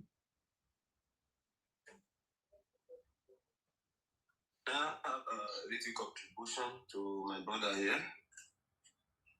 Okay. Lighter, Alpha. I'm good. Good evening, everybody. I think Breezy. I guess the way you speak, you like my brother. I'm from Edo State. Particular Eastern Central. Sorry, my nationality is Eastern Central. I live in Eastern West. I'm not a Tiku. That's why I open my camera for anybody to record. So I'm never a coward. So I want to be on ground that day. It happened that Opebolo is my brother. Fine and good. But to add to what my brother already analyzed for you, I think in a couple of months ago, I was driving to Benin. So I happened to just drive with one a northern man who come from Kaduna State. he analyzed how they do their vote there. You know what he told me? He said to me that, please look, it's going to be a different ball game because APC come with the narrative of let's make it our own. When you mean our own, the northern part, they believe on a certain religion, Muslim. Yeah. That is why they took it to a Muslim direction. Then you have to let me know, no, they won that election because that was the reason they were able to deceive them. Now, what are they getting from the northern people? Say, you can't come as a man to tell us this is Muslim because our hope have been deceived totally. Putting hope on Muslim ticket, and now we are suffering. And you have to analyze how they vote there. He said, look, this is not how we vote here. How we vote there, even before the day of election, people will be on feet. And if you want to gift to the voter, you can't share money on the feed like we do here. They say, even if you want to give to the voter, you will carry the money, look for maybe their leader, say, I want to gift to you so that you can use it to buy something. You give to one person, after vote, you will see people cooking on the feed, people buying food on the feed ground. That was how he was able to analyze it. I think it was a prepare ahead of today talk. What I got in a couple of months ago. I don't think it is like 3 to 4 months ago that I'm discussing today. The man was from Kaduna. See, he analyzed it for me. When I'm an obedient, I almost lost the hope of voting. I destroyed my voter's card, but I have to get it back. I was voting in my village before Ubegu. So I have to change it to where I can easily walk to and vote. So I register in Ekuma and get my vote because of the manifesto, because of the man I see. Because when I was growing up in my secondary school, they taught me government. I'm an art student. I like government subjects. If you are a leader, you lead by example. And Peter B have that quality. The way he responds to his enemy, his friend, even the younger one. I was talking to my daughter yesterday. He wanted to lie. I said, hey, I have a 9-year-old daughter. My first daughter is 9 years. I said, hey, Betty, you don't have any reason to lie. No reason for you to lie. Just say the truth. Let the devil live. I hope you read your Bible. You say yes. I say, just get that. That is the person of Peter B. There is no reason to lie. If you lie for me, and I know I won't trust you again. That is for everybody.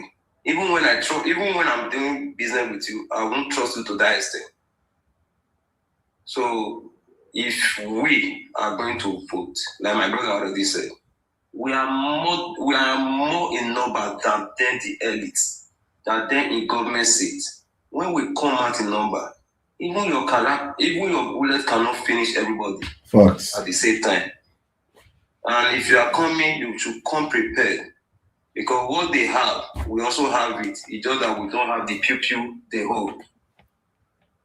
And it's going to be an open vote. You have your right to come out in mass and vote. And also defend your vote. Because that was how we got it wrong the last time. According to a friend, when I posted Obi, I'll call it a joke to Mr. President that when the one mentioned quickly, according to Eyin, he said I was having a business before. According to the recent Obi video, he said those that was having business before are now encouraged to not selling kuli. So I posted that video. Somebody replied. He didn't know what he said. He said, is it not Obi that we voted for the other time?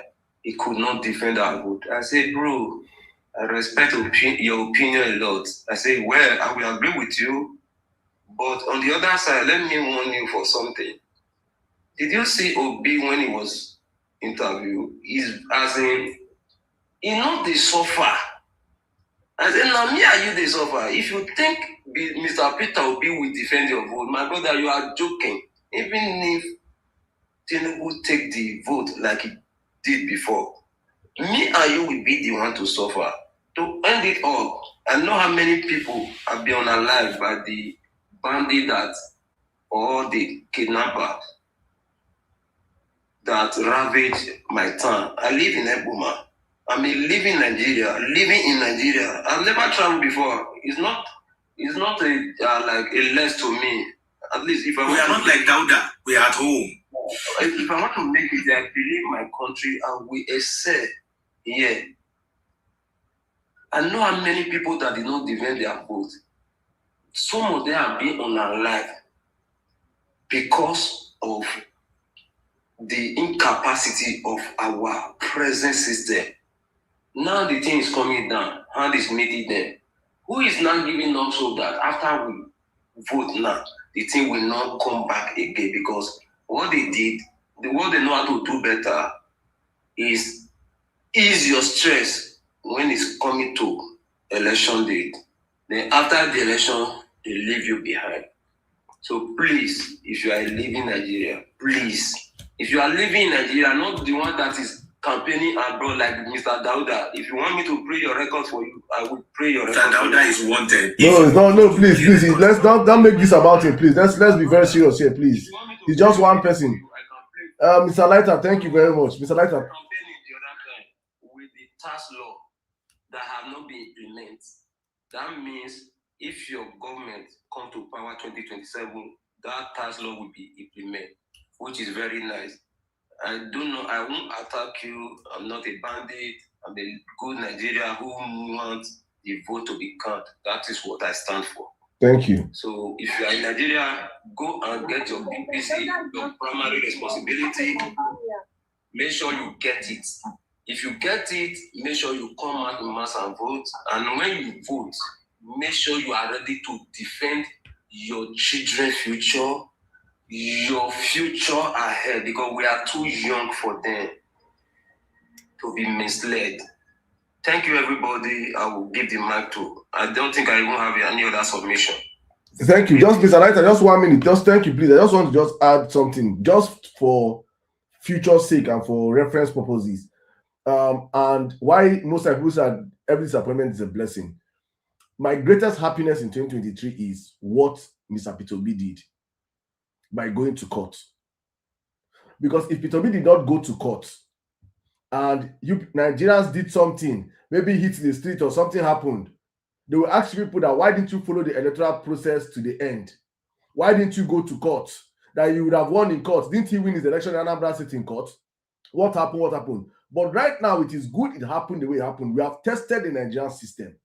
The Electoral Act we have seen has failed us. We cannot trust INEC anymore. We have seen that the executive arm has failed us. We cannot check the executive anymore. We have tried up until the judiciary, that is meant to be the last hope of the common man, and the judiciary failed Nigerians. So we cannot trust the judiciary anymore going forward. So any electoral circle in our country going forward, it is Nigerians saying, no, we know they go court anymore. Nobody tells us to go court. If we beat Tinubu, finish like thief, Tinubu then will go court. Now the court one more go now. Why we don't buy for all of them judges? Give them before their new houses, Abi.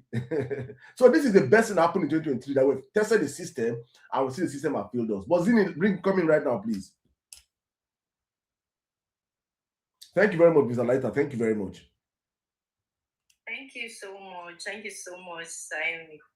Thank you, Saddam. Thank you, Saddam, for another opportunity like this. Thank you, Niger Watchdog. Thank you, Emir. Thank you, Mr. Lighter, for your contribution to this movement. See, I'm going to be, anybody that knows me know I go straight to the point, and I'm very blunt about it. So that's what I'm going to do right now.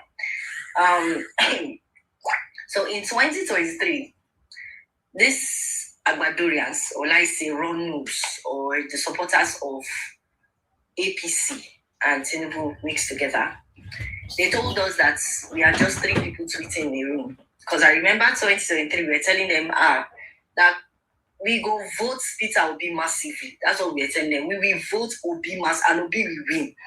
They called us, 6 people, 3 people, 2 they want 3 people do nothing. And to their surprise, Obi actually won the election. I can bet you that Obi got up to 50 million votes. Because you know what it is that you read so much that at the end of the day, Peter Obi still got 6 million votes. That's how we beat APC hands down. So now in 2027, for 2027 election, we are telling them again. I like the fact that this movement is starting early because you are using this opportunity to warn. The world is hearing us. Nigerians are hearing us that we are warning. We continue to warn. Do not come and snatch and try to run away with our ballot 2027 because we are well prepared. We are warning now. We gave the same warning 2023. I said we vote to be massively. It happened. Now this time around, just like what Sirdam said, the courts, they don't already buy the judges and the rest. Fine. This time around, we are not going to go and settle it in court. We are going to vote Obi massively again. We will vote him, and this time we will fight to the death in our polling units. And this movement actually embodies that. I think we're saying 4 days. We're going to stay 4 days. No, ours is extended to 7 days. Wow. Because we know how these people work. We've already looked at everything and seen that they know that we know it is 4 days. So they will want to extend it. And there is this news because it's something I also heard, and I've seen a lot of people talking about it, that they are going to, just like what they did during the chairmanship election in Abuja, they want to replicate it for the presidential election, whereby they will bring a curfew on that day. But I heard it's going to be like a 1 week curfew to 2 weeks curfew before the day of election. So that those that traveled out of the country for Christmas or maybe to their own states for Christmas, they will not be able to come to their polling unit and vote. And I said this time, I said, Nigerians, it not be by force for you to travel go Christmas. One Christmas festive no will kill you. You know, will come out your head. Pound of flesh should not be taken for you. Nobody should travel. Everybody should just stay back. Stay put where you are. You want to do your Christmas in your house. If you want to do your Christmas, do it when they announce Peter Obi as president. We will all come out and celebrate our Christmas. If somebody, maybe your kinsman, your village people, say, come on, send them the cow money, send them the goat money, the chicken money, send it to them, to their accounts. That's why we have the app for our banks. Send it to them. Let them have the cow money. But you see, we will sit back in our homes. And you see, this nonsense thing that they are saying they are going to put, what are they calling it? Curfew. If they try it means the election no go hold. Because that day, it not go be small thing. Because what we are planning to do, just like what we are following the blueprint of Kwankwasias, and I'm so happy that even Kwankwasias are joining this movement. We have a lot of them in this movement right now. So we are getting information from them. And the information we are getting, we don't want to spill everything out because there are some things we spill out here. Yeah, please, every information say there to just be superficial information. Exactly, and start planning and plotting. So we have our foot on ground. But then this movement basically is for Nigerians. It's not for a specific group. It's for Nigerians. It's for every night. The last time I checked the population of Nigeria, we're 242 million and counting. That's what I saw. But I know we are more than that. 242 million counting. And the last time I checked for the number of Nigerian police force, they were approximately 400 active. And for the military, the Navy, all of them put together 230 active. That's 230,000. When you combine these two together, they are not even up to 1 million. And I can bet you that there are some of our policemen, even our military men that are tired. You see all this thing they keep saying they are going to use police, use military. There's this kind of overwhelming number you will see on that day that even the police will be happy. There are a lot of police people that have had the opportunity to have a one-on-one conversation with policemen during protests, especially during the INEC protests. And my own is that when I go for those protests, I basically one of my things is to go and meet with the policemen and talk to them. So I've had conversations with them. And one of the things they keep telling me, even the military men, are we don't come out in our numbers. Because you cannot blame them when they act the way they act. It's their job. It's command that is being given to them. Will you feed them? You as a Nigerian that is complaining, will you give them their daily bread? Will you give them the salary that they are collecting from their organs? You will not now. So they have to work according to whoever it is that is on seat. Now, when you put the right person in power that actually feels for the people and are empathetic towards the people, they will not give such order to the policemen or to the military. So this is where we Nigerians come in. We come in our numbers. By the time we come in an overwhelming number, even the police, I am telling you that police people will be happy. The military will be happy. They want a better Nigeria. Many of them now that are retired, is it not their pension they are protesting for? They come and protest, they're not giving them their pension. And their fellow policemen in the police force are seeing this and they're saying, oh, is this going to be my future when I retire? That they're not going to give me my pension. Even their salary does not make sense. Do you know what it is that the Minister of Defense is coming out to say, oh, they've already increased their salary from 70K to 100K. And I'm like, what? What will 100K do? Will he pay their children's school fees? Will he rent apartments? Will he pay for their transportation? Do you know, even down to their uniforms, they are the ones that buy it. The government does not do anything for them. They buy their... So bringing a leader in power, in seat, that will take care of all their needs, rebuild their homes. Have you seen the state of Nigerian police home and Nigeria? Have you seen the state of their homes? Even a poor Nigerian is better than them. Those people living in Makoko is even better than them. So their homes are dilapidating. They want a better system. They want a better structure. But they can only get it when Nigerians are ready. A lot of us have said things about hunger. We are not even talking about the security system. The security is poor in terms of insecurity, insurgency, and the rest. When this Oyo State kidnapping came up, it bothered me a lot. Even till today, I'm still bothered by it. Because a lot of allegations started flying here and there, bringing allegations like, oh, the woman that is asking, she came out, instead of her asking for a husband, she's asking for a car. See the children, their uniforms, the clothes, they are not even wearing uniform, and the clothes they are wearing is clean. When you now try to bring up the Ekiti kidnappers victims, and then you say you put them together, you see that the difference is very, very clear.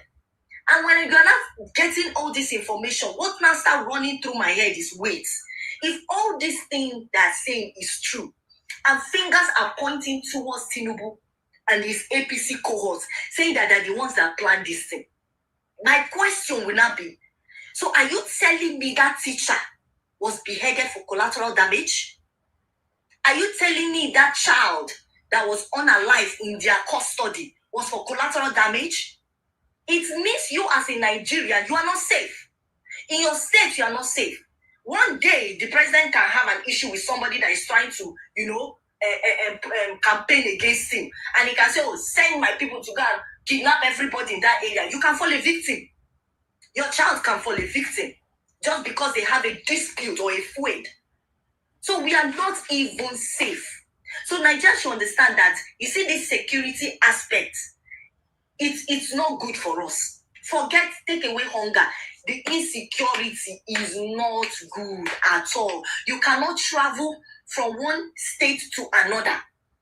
You can't travel by road. Now everybody's, even by plane, you can't even travel, because now even the plane that they are using to carry us is having some issue. You'll be inside plane, there's no turbulence, but the plane is shaking because the engine is faulty. Do you know what it is that they are telling us? They're going to bring Nigeria Airways, only for us to find that it's Ethiopian Airways, and they clean the name and put plastered Nigeria on top of it, because they were siphoning and embezzling and collecting money that is not theirs. We hear of the 8 billion naira now that they are trying to distribute to churches and mosques. And you're asking yourself, see, there are a lot of things in this country that even the one sitting in power is supposed to go. Like, he's supposed to be in prison by now. He has committed a lot of treason. But what can you do? You can't do anything, because it's a system of tyranny. And this system, we cannot let it come back 2027. Because if we let it come back 2027, I was telling people something. They said they are going to take out 25% of tax people with money 801k and above. And I told somebody something. I said, if we allow Tinubu come back, it will not be 25%. I said, man, mark my words, it won't be 25%, it will be 50%. And he will not care if you make 10,000 per month. It will be every single person. Even if the money they send to your account is a pocket money, he will swipe it. Because now, US has already cut off aid. Having a criminal, there will be a time, even World Bank will be tired to lend him money. So where is he going to face? It's we who are struggling every single day. It's our pocket he's going to face. It's the money that is lying in our account that we are trying to send to our fellow family members to take care of themselves that he's going to collect. They are not doing anything for us. They've not provided anything for us. Infrastructure bad. School bad. Our children now, they are using torchlight to take exam. National exam, they are using torchlight to take exams. We are even talking about 50k. 2027, this man will increase YF fee to 100k. And if you like, go and bury your head. If you like, see, if Tinubu comes back to power, what would have been? God forbid him, I don't want it. But God forbid he comes back. I don't know how we even put it. When he comes back to power, we will wish that we actually fought the fight 2027 election. Honestly. Nigerians will wish that they actually came out and fought that, because it will not be extremely difficult to do that. Because this man now will now strategize and post his people everywhere that if you try to do anything, he will just take off your head. The real tyranny will now show up 2027. I told some that Tinubu is ready to canoe his way on the blood of Nigeria, climb the skeletons of Nigeria just to sit on that presidential seat. That's how much he is so greedy to hold that power. He wants that power. He thrives in that power. And he's ready to do it on the blood of Nigeria. He does not care. But this movement is to stop it. And I said it before, it is a Nigerian movement. So every single Nigerian is supposed to join it. As a Nigerian, you are a PUTCCM member. By default. As a Nigerian, you are a member of this movement. What is going on in your head is, I am ready to fight. On that day, there are a lot of things we have prepared. Just like what my colleague said, we also need finances, because no matter how you want to look at it, finances is needed, because a lot of things we want to provide on that day. We want to provide drones. We are planning to sit in front of collation center for 7 days and 7 nights. So if rain, come whatever may, we are staying there. So we are planning to get lights. We are planning to get a lot of things on that day for Nigerians to camp and sit that place. Nobody is moving. We will make sure that the world sees it. It will be on all news around the world. So in case they want to do anything, they are seeing what is happening. The world is watching what is happening. Apart from Nigerians, the entire world is interested in Nigerian election. The entire world is interested in this Nigerian election. People have stake in this election, but the people with the highest stake is Nigeria. Because if we lose it, we lose ourselves. If we lose 2027 election to these demons in power, we lose it all. There is nobody that is coming to save us. Nobody. I always bring Nepal, because anytime I remember Nepal, I get so happy. I have this optimistic feeling in me that something great will happen like that. If Nepal can do it, why can't we do it? Nepal 2025, they were not even up to 30 million in population. The whole population of Nepal was 29.6 million. When they calculated the number of Gen Zs that came out to revolt on that day, they estimated it to be 12,500. Meaning that not even up to 50k came out to revolt. But did you see the fear it sent in the hearts of their leaders in power? It sent so much fear because these Gen Zs were coming out in full-blown aggression. They were coming back out in, if you try it, we will unalive you. Go and check out the Senegalese election in 2024. Macky Sall was the one in power. He had everything to make sure that Senegal, it got to the point that at least now, what's his name? Tinubu cannot try. But you see, in Senegal, this election, Macky Sall actually arrested his opponents, put him in jail. The person that was in power arrested his opponent, put him in. That's to tell you the height of power Macky Sall was. But even with that, the Senegalese came out in their thousands and fought it that this man will not come back, and they succeeded. So get the Senegalese population is not even up to quarter of Nigeria's population, but they won the fight. They won it. They made sure the man did not come. Now think of a nation that has a population of over 200 million people. I'm not even saying the whole 200 million to come out. If we can have every 2023 election, it was estimated, I think, over 93 million came out for had their PVC that's registered. So now my thing is, can that same number, because I know by now that number has increased, that number coming out in every single point, if you have only 50 people in each polling unit, I am telling you there is nothing any policeman can do. If you have 50 people in each polling unit, whether you have your PVC or you don't have your PVC, you come out. Even a talk cannot do anything. The issue with Nigerians is that I don't know how you see a fellow man and you are scared of your fellow man. It does not make any sense to me. I saw during 2023 election, I saw a video. I always talk about that video. I don't know, it's in Lagos, but I don't know which polling unit that is. And you will see the number of voters were more than 10. And a car just stopped by. And you will see 3 thugs.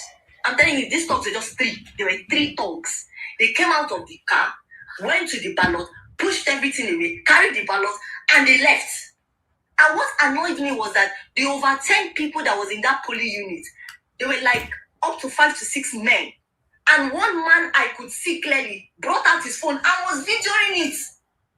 And I'm like, wait, what was stopping all of you from picking a stone or a stick nearby and just designing the legs and the faces and the hands of those 3 thugs?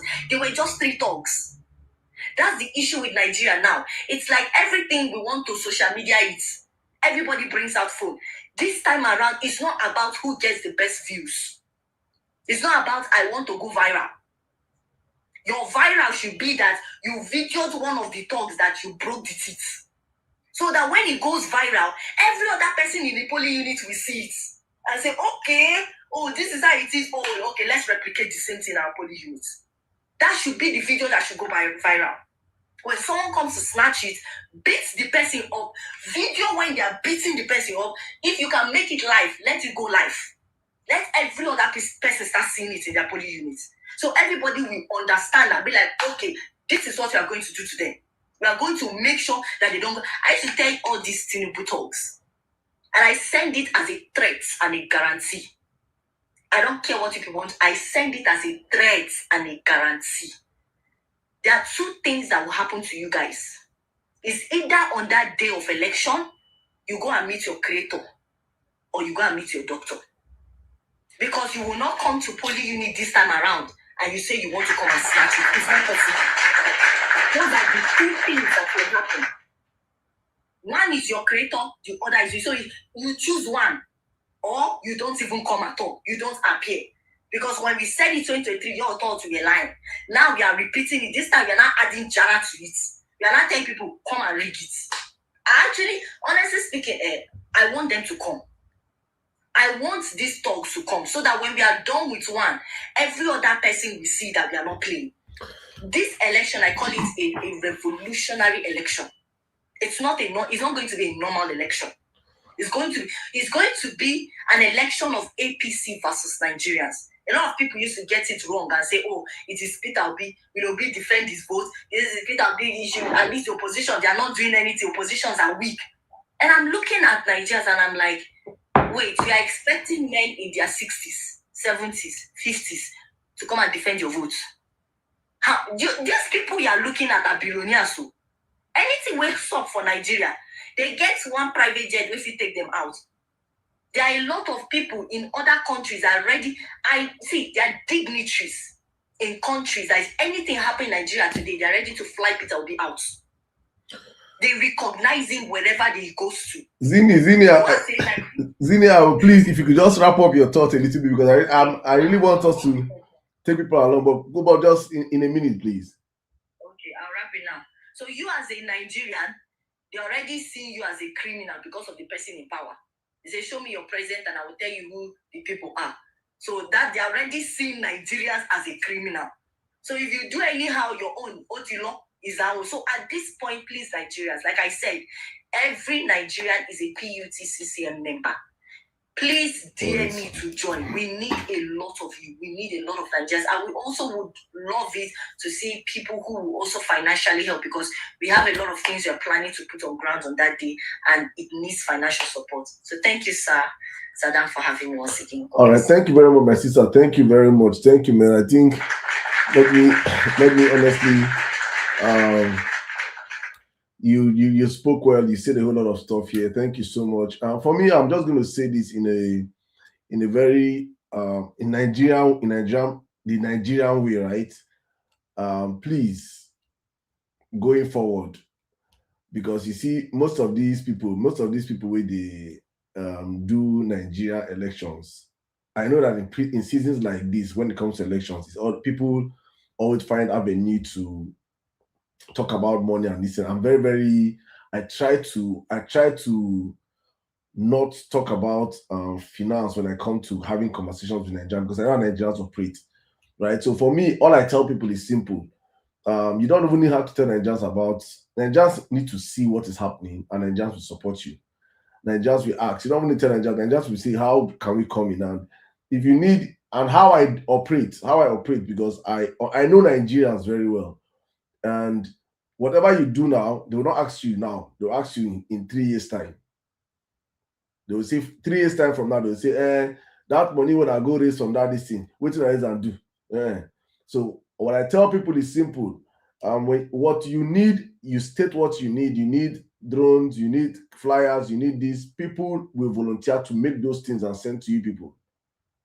You need, we need 10 drones. I can afford to say I will buy 5 drones and support you guys. I'll send people 5 drones.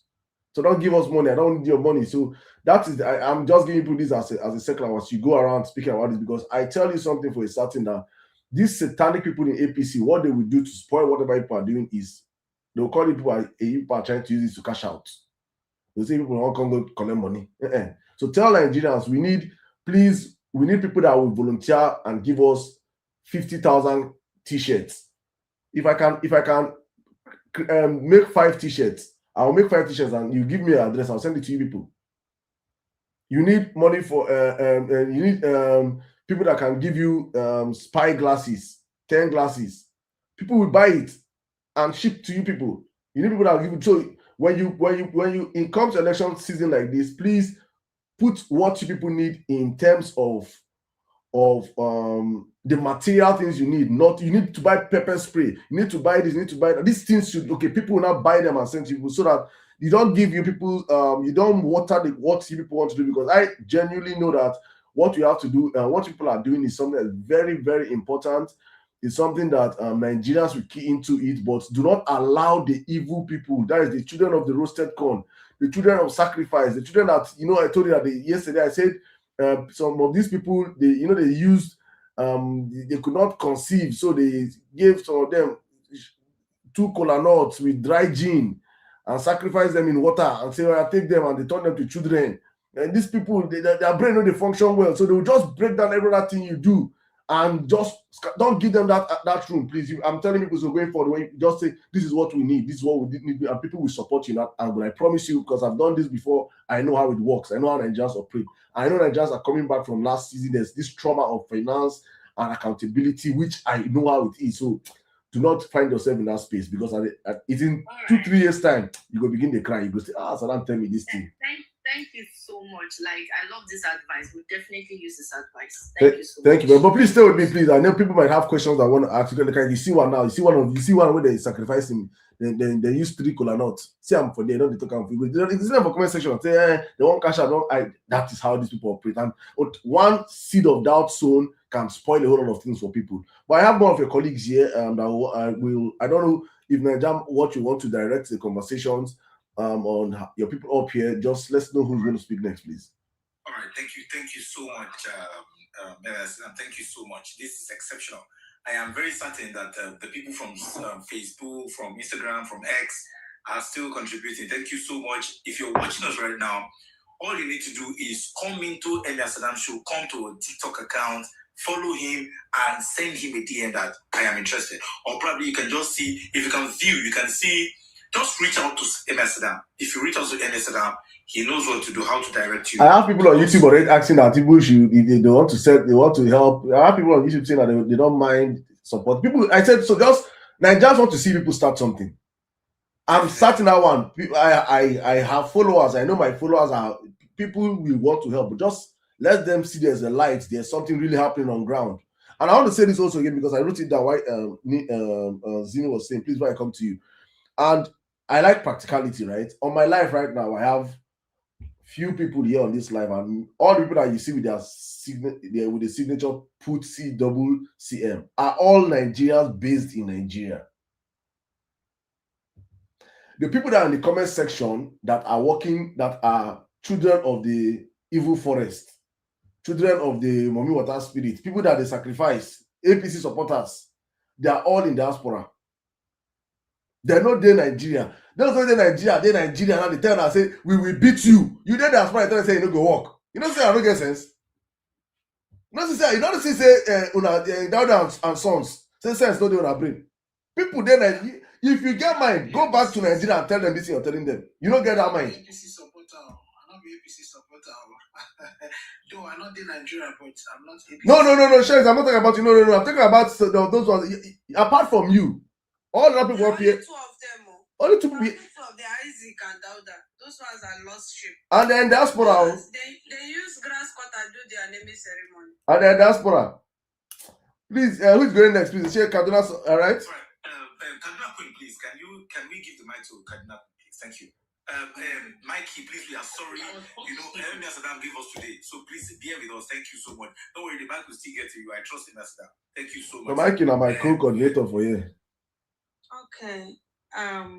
Good morning. I will say morning because it's 1 minute to morning. I greet the house. I greet the host. I greet everybody. Host, thank you for giving us this opportunity to be part of this conversation with you and your followers. And I believe all of us here, we are all Nigerians that wants the best for Nigeria, except Dauda. Dauda is not from Nigeria, but you want Nigerian downfall. And I always tell people, don't give these people relevance, because people like this, they just want Nigeria to fall so that their mission to enter Nigeria and destroy it is going to be achieved. Dauda always come, anywhere they are talking about how we can unite, is always talking about religion, just to distract it. So if he did not come as a Tinubu supporter just to make people be fighting, he will come with another different thing. So we know them already. Don't give them relevant. From the comment section, behave like they don't even exist. It's only him and Isaac, all those data boys. So I know how desperate Tinubu is, that he always call people from outside Nigeria to come and be a nuisance in Nigeria. Let's talk about our this journey. I said it, me, as a Nigerian, a mother of 9, a 7, a family of 9. All my children have voters card. Anybody will try play with my voters card, with my votes for Nigeria, me and I will get problem. I swear to God, I go turn bandit that day. Because now that day people go no say, people for this Nigeria, you get people where they craze. All of us now Agbero. In fact, when they go through for Nigeria, don't turn us to Agbero. Every day person they sleep with headache. Day before yesterday, they kidnapped my grandmother's brother, an old man that sold one of his land and bought a bike and small Android phone so that he will enjoy his old age. Was kidnapped. He's in the kidnapping this day today. Many things have happened. Like my life, every blessed day, Tinubu has destroyed my early 30.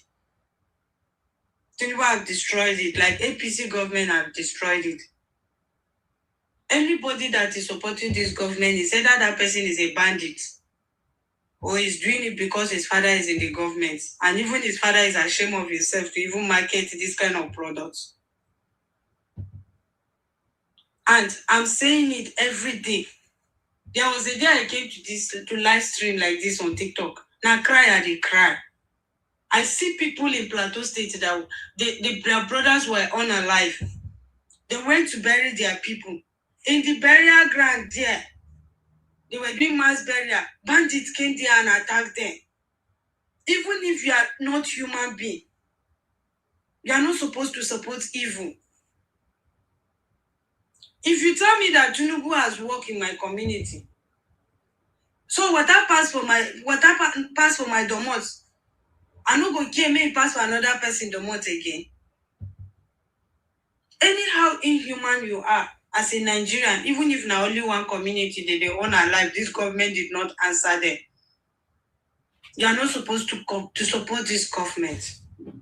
This government have destroyed our legal system. We don't have justice. So, You have money, you go to court, you can persecute anybody because you have the money to destroy the law of the country. This government have destroyed our educational background. This same education they enjoy for free. They treated them like a VIP.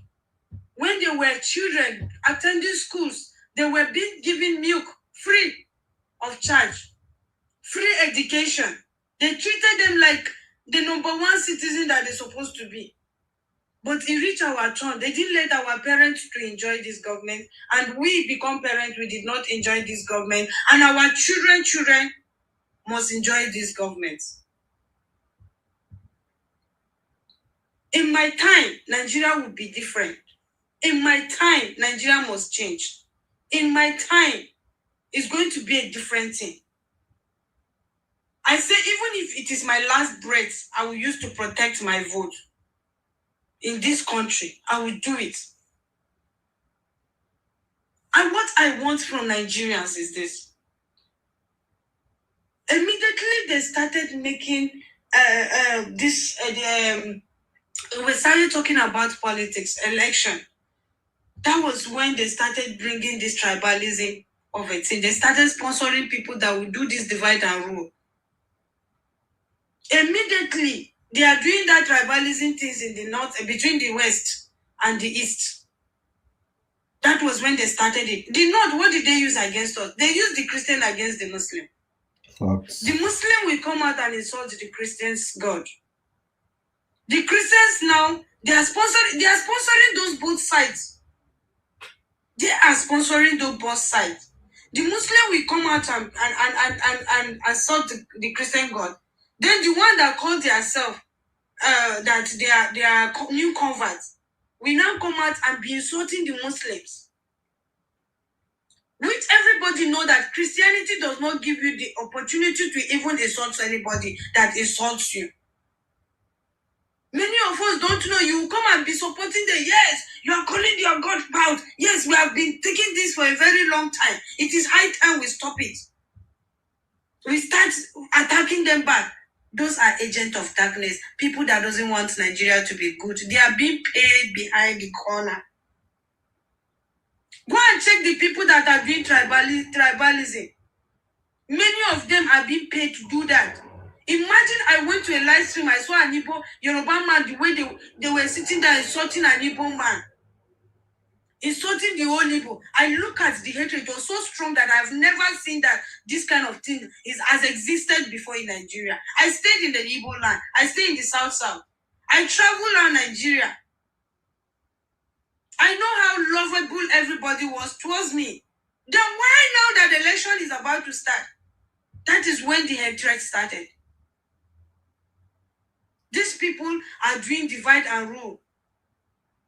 Okay, why would Tinubu start budgeting money to renovate church? If not that you are planning to separate the people's opinion, to make that divide and rule, why will you say the Christian are having 1.8 million, then the Muslim are having almost 8 million naira, a billion, to renovate church and mosques? Is it not that you are trying to start bringing that division, that people will start talking about, why would they give us more? What did we need mosques and churches? If there is any possibility, let them turn all those mosques and churches into factory. Those are the things we need in Nigeria. What the fuck is it called church for? Why should you even need church? Did Christ go to church? Did Christ open church?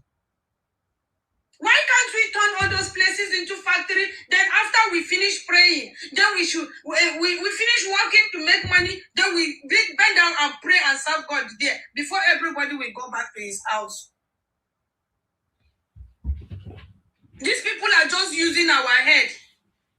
We don't have sense. Even the pastors, they are just using us to scam us by themselves. They will open churches that we cannot be able to afford, schools that we cannot be able to afford, but we can be able to afford to come and pay offering to sit down in the expensive seats they put for us in the church. But things are happening. How many of them come out to talk? Only few of them. Keep going to give your offering and don't come and fight. Let's protect Nigeria. Somebody will come out and be insulting Christians, trying to bring division in the country, and we are busy trying to be doing rubbish. And these same people, their children will be the one that will rule our children. The only plan Nigerian government have for us is for you to borrow money from the government and send your child to school. When your child graduated, what you would do to pay that money you borrow from them is to go and fry akara and kuli to pay the debt, and their son that have fake certificate can become your president. Who does that? Then why should I send my son to school? If we did not keep these differences aside, this hatred we have for each other, and whatsoever we have, that we think, if you don't save Nigeria, you will never save anything. You will not have a country to call your own. Those religion and those tribes you are trying to claim, you don't have a land to stay and claim those culture, those beautiful culture we have in Nigeria. You will never have anything. All right, to stand for that religion, you will not even see the church again. Kadnakun, if you could just wrap up in a minute, please. Okay, sir. Me, what I want to say for us here, that day of election, your grandmother, your grandparents, me, I say if they like, may they put the election safe on Sunday. I no go church. I no go church, I go vote. So if na Christmas, say if I go Christmas, I know they come back.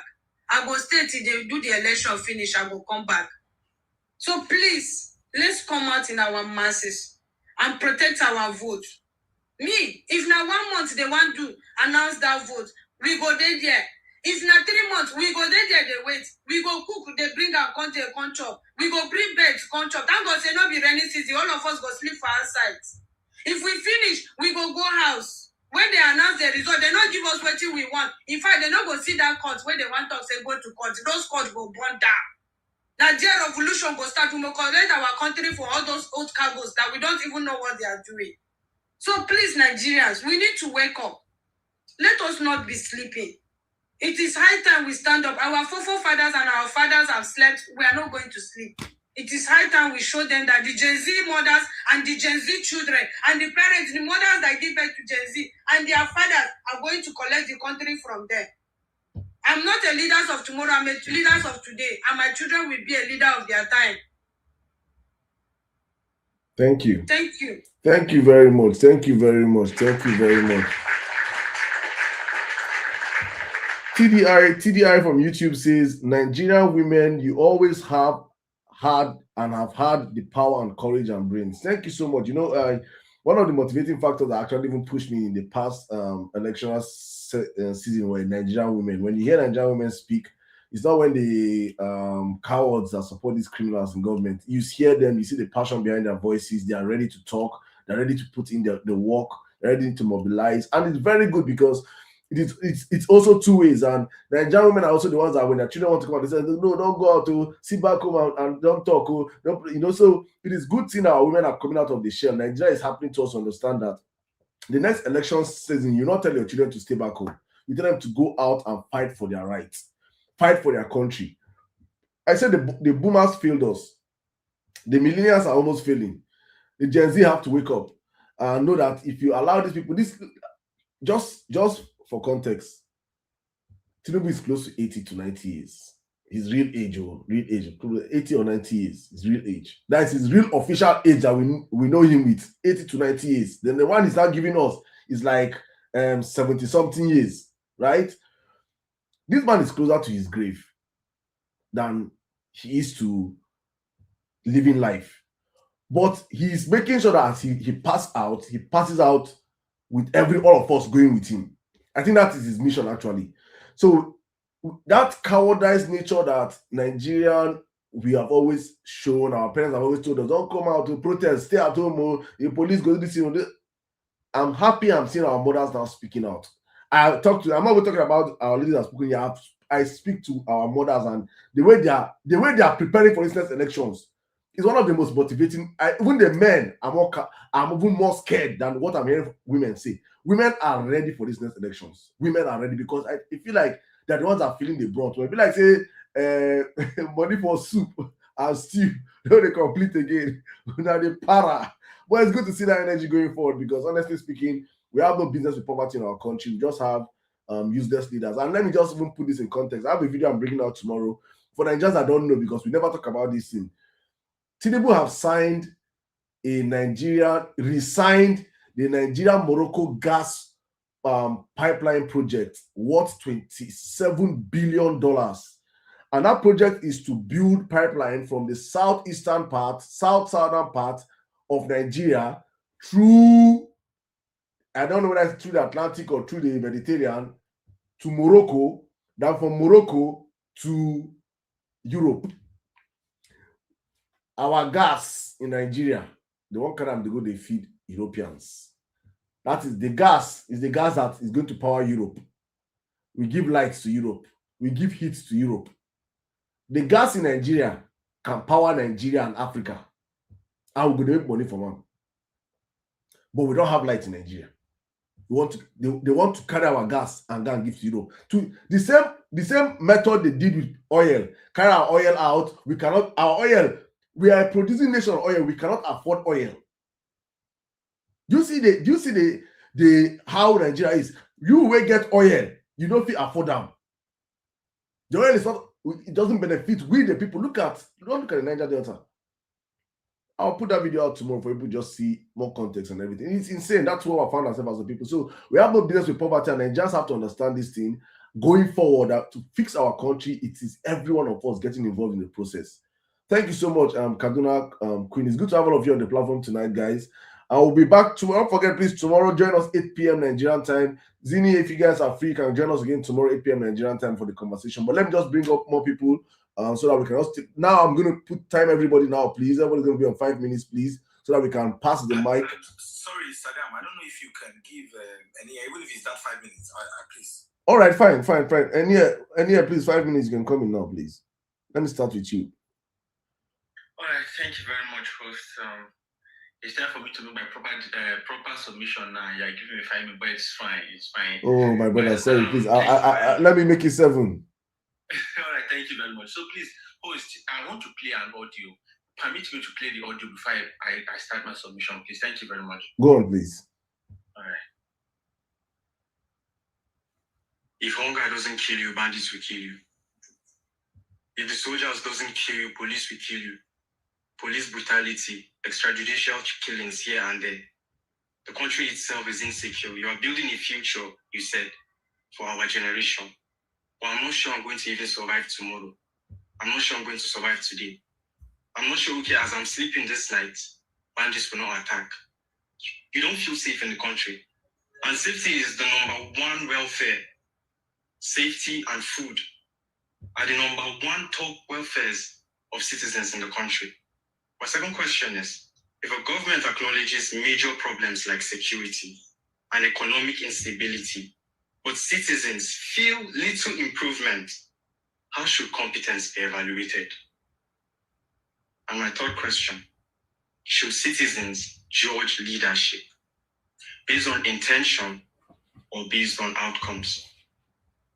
He promised to fix electricity in his 4 years. This is his third year. Elections are fast approaching. But instead, when you entered office, you fixed solar in Aso. It doesn't correlate now. It doesn't correlate. It doesn't tally. To my last question, what defines leadership competence in a country where major national problems remain persistent despite repeated policy interventions?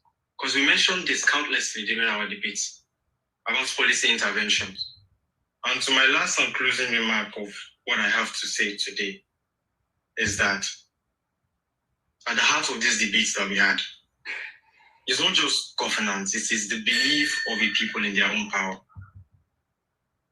All right, thank you very much. I just want to start fair, yeah? Now, from what the young man said, this is real. It's happening. You don't know what's going to happen. That's why PUTCCM is the best place to be. This is a family that is supposed to deliver Nigeria. You talk, you buy. You no talk, you buy. Kuku talk, make you talk, buy. Make the world hear your voice.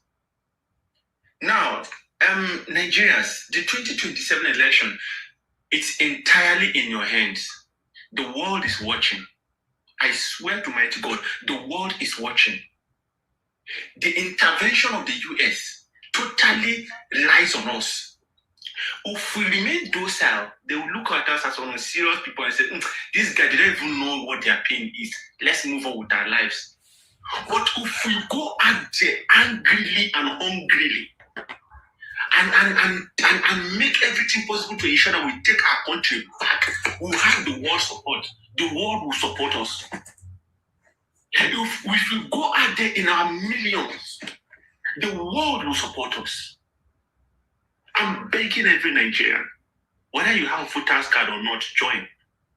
But the way this country is going, God forbid, I reject it 1 billion times. If Tinubu comes back, what you are seeing is just the tip of the iceberg. We are going to go through worse. And I pray I never witness such a thing. I'd rather not be alive than to be alive and go through horror and see myself being unable to do nothing to defend myself. And let me bring it to you guys, in case you don't know. God forbid, if Tinubu comes back, after his 4 years, power is going back to the north. And it's not going to go back into the north, into the hands of the good people. It's going to go into the hands of terrorist sympathizers. It's going to go into the hands of terrorist sponsors, the likes of Ali Madu Sharif, the likes of his current vice, everybody that is, their hands are involved one way or the other in the sponsorship of terrorism in Nigeria. These are the people the government is going to fall into their hands. Then tell me how we are going to be safe. Our country is going to become Afghanistan of Africa. Is that what you want for your children? There's a Muslim ticket. What a country whereby there is 50% Muslim, 50% Christian. Now, for the very first time since the inception of democracy, we are having a Muslim ticket. Doesn't that worry you? With the Islamic terrorists going on a rampage, unaliving, buying, raping of our innocent children and women. Wake up. This is a fight for your life, a fight for your future, a fight for your generation yet unborn, a fight for you to be alive, a fight for you to sustain your generation. Every day we see trillions missing. The money that is meant to provide welfare for Nigeria is being used to oppress Nigerians. Tinubu is your Minister of Petroleum. Ask him, where is our 210 trillion naira? Where did that money enter? Look at how billions and trillions are just flying everywhere. Meanwhile, people are hungry. Our commonwealth is being used to oppress us. Do you know why it's happening? It's because we allowed it. And 2027, that is going to be the end. We are not going to allow it. We will take our country back by all means possible. If not by in this world, now one day they born you. Now one day you go buy. Now one day you knock, you bump it in. Now that it takes just one day for everything to happen. And 2027, on the 16th of January, Nigeria is going to happen. It's either there's going to be a rebirth of Nigeria, or there's going to be a Nigeria that will be no more. I am a youth of this country. My parents' generation failed me. My father failed me. I don't want to fail my generation. I don't want to fail my children. I don't want the younger generation to come and ask me, what did you do? That's the question I don't want to answer. The best thing to do is to fight to liberate this country from the hand of this criminal entity called APC. APC is a criminal organization. We cannot allow them to rule us anymore.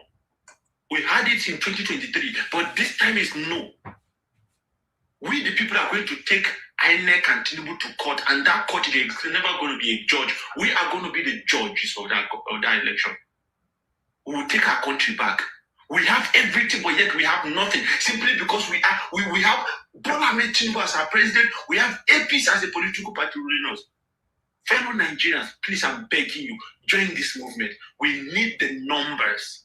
You don't need to have a voter's card. Even if you don't have, you register, they couldn't give you, because INEC is already disenfranchising Nigerians by frustrating the process of registration. So if we're able to, go out there just to fight to defend the vote, it will work. Don't expect a man in Anambra to come and defend your vote in Delta State. It's not going to work. He is there defending his own vote. What are you doing in your polling unit? You are going to be the one to defend that vote. When they come with something, they come. See, I don't want to mention them, but the last time that this person, VDM, went to that place to protest, you see when they were going, the thugs came. They reversed and also picked their stuff, but the thugs, they ran away because the people who were protesting were more in numbers. This is the agenda. This is what we are taking to the election. We are not going there docile. We are going there prepared. We know the only pathway to victory for APC is wicked, and we are going to resist it. The Bible says, resist the devil and he will flee from you. And we are going to resist APC. We are going to resist Bola Ahmed Tinubu, and they must flee from us. We are not going to flee. This is our country, and we must do everything to protect it. We are being driven out of the other countries, South Africa, Ghana, name it. Nigerians have become all of a sudden a plague to other countries when we have even more resources, more wealth than other places. Why are we going there? Simply because our leaders have caged us. We have had enough. We have had enough. It's time for us to take our country back. This is a fight for survival. This is a fight to determine what happens in the next generation. Thank you, host, for this opportunity. I'm grateful. Thank you, my brother. Thank you very much. Thank you very much. Thank you, guys. Thank you so much. You guys have made a whole lot of sense here. So please, Nigerians, you've been hearing or listening to the members of the Polling Unit to Coalition Center movement, a movement of Nigerians by default, you're already a member if you are for the electoral circle. If you understand the fact that our votes need to be protected, you by default are a member. But it is important if we can all come into a group of Nigerians that already have a set goal, have an agenda. So you're not lost on election day, you're not lost in transition all through this electoral season, right? Yeah, so please, you can reach out to any of the people up there, Zini, Niger Watch, or anyone you see with please reach out to Zini or Niger, because these APC people and other people, they will go begin to use this in our artwork. They deceive people. Those people, they don't get APC people. They are now like the sower. We go after planting, they go plant weed. Anything where they go scatter, they go. There's nothing these people don't do. APC. APC. This thing you are saying is true. They are doing that. Yes. Do you know? When they know that you are a voice, they will use your name and they will go and open an account with your name. Then they will now go where they are talking something that has to do with your support. Then they will now be supporting it on the comment section. My sister, but in all modesty, this is my 50th year doing this thing. I dealt with these people. I know Tinubu's final plan. I'm not even bragging. I'm not even being. I know his final game plan. I know I have studied these people. I studied Tinubu like a book. Go through my page and you see Tinubu. I am the. So when I tell you something, when I throw it out, just understand, just agree. They will, they want to infiltrate and know what people are doing. So just keep everything, just keep it as superficial as possible. The most important thing for Nigerians to understand is that we are making up Nigerians that we're calling on Nigerians that understand that right now what we need is education, massive education of Nigerian people. Please, Zini, take this as a take back home. From my side to you guys, what people need to be doing now, is massive mobilization in educating Nigerians on what they have to do. Please, this is a very serious take back home, and this is my take back for you guys. You guys can take back when you're gathering, just understand what you have to do. That you will start thinking of how your members should start going into the main markets across the country. And I'm giving this as let them know. This is open strategy I'm giving now. If they can do, let them do it. We've drafted that out. Going to marketplaces, going to hospitals, going to streets, then going to schools, viewing centers. So people go to watch football. That's what we are planning to do. We are planning to. No, please keep your plans. Please keep your plans. Keep your plans in your chest, please. Don't tell us your plans, please. You don't need to. Don't keep people plan what you're planning. It's best they don't know what you're planning. When you let them see your execution. What Nigerians is you people executing. Don't tell them your plans. When you tell them your plans, these satanic people will just go and use their evil ways to scatter your plans. So just plan and execute. All I'm giving you people, what's in your plans, consider these things I'm saying right now. Reaching out to where there are mass Nigerians in their numbers, and if possible, have your jingles ready. Have jingles to tell Nigerians this one I vote in different languages. 2027 Ariga and Dayo. It should be playing across all the marketplaces. People will be willing. These are things that I personally will hear. I want to support there. I want to push. You understand? I can help out of head now. Just say some things. What we need now is just flyers for now. Exactly. So let's we'll keep talking. I personally I'll see where I can come in and help, because flyers, we don't know how many flyers I can say I'll support with. We want to do flyer. Then the day we are going to do that evangelism, we are going to carry people that know how to do handwork. We are going to maybe plant people. Please, can we not give out information? That one is just planting that we are talking about. Is that a plan? Okay, all right. Just when you do what you have to do, and when you get to each bridge, we'll cross it. But I just want you guys to understand that the main thing you guys need to do is mobilization offline of Nigerians to understand that protection of their vote is the collective duty of every Nigerian. All right, let me pass the mic now to probably people that are not in people's group that can now come in and speak, so people can take more feedbacks probably from them, from other Nigerians are not with you. So people just listen to other people. I think I'll do this. Let me start with my brother Well in Nigeria, then I'll come to Mikey, then Zamzi in that order. Well, if you can hear me, my brother, please come in. Meanwhile, sorry, 1 minute before you come, please. Dauda and Co, please, today is not the day for you people. Stop requesting the mic. I will not bring you up. Today is the day for serious comedy. I tell you that people are comedians. When I'm doing my normal show of comedy, I need to laugh. I'll bring you here. I'll give you mic. You come and crack me up. Today, I don't need your cracking up, eh? Thank you. Just be putting it in the comment section for me. I will laugh for me. Come in. I don't understand it. Quickly, like we've already said, good evening, good morning, everybody. I just want to rush and say some of the things because I see time is fast spent. And thanks to everybody who has spoken from the PUTCCM. By extension, I'm also a member actually, right? So, and I've been, like Saddam, like you said earlier, observing some of the things.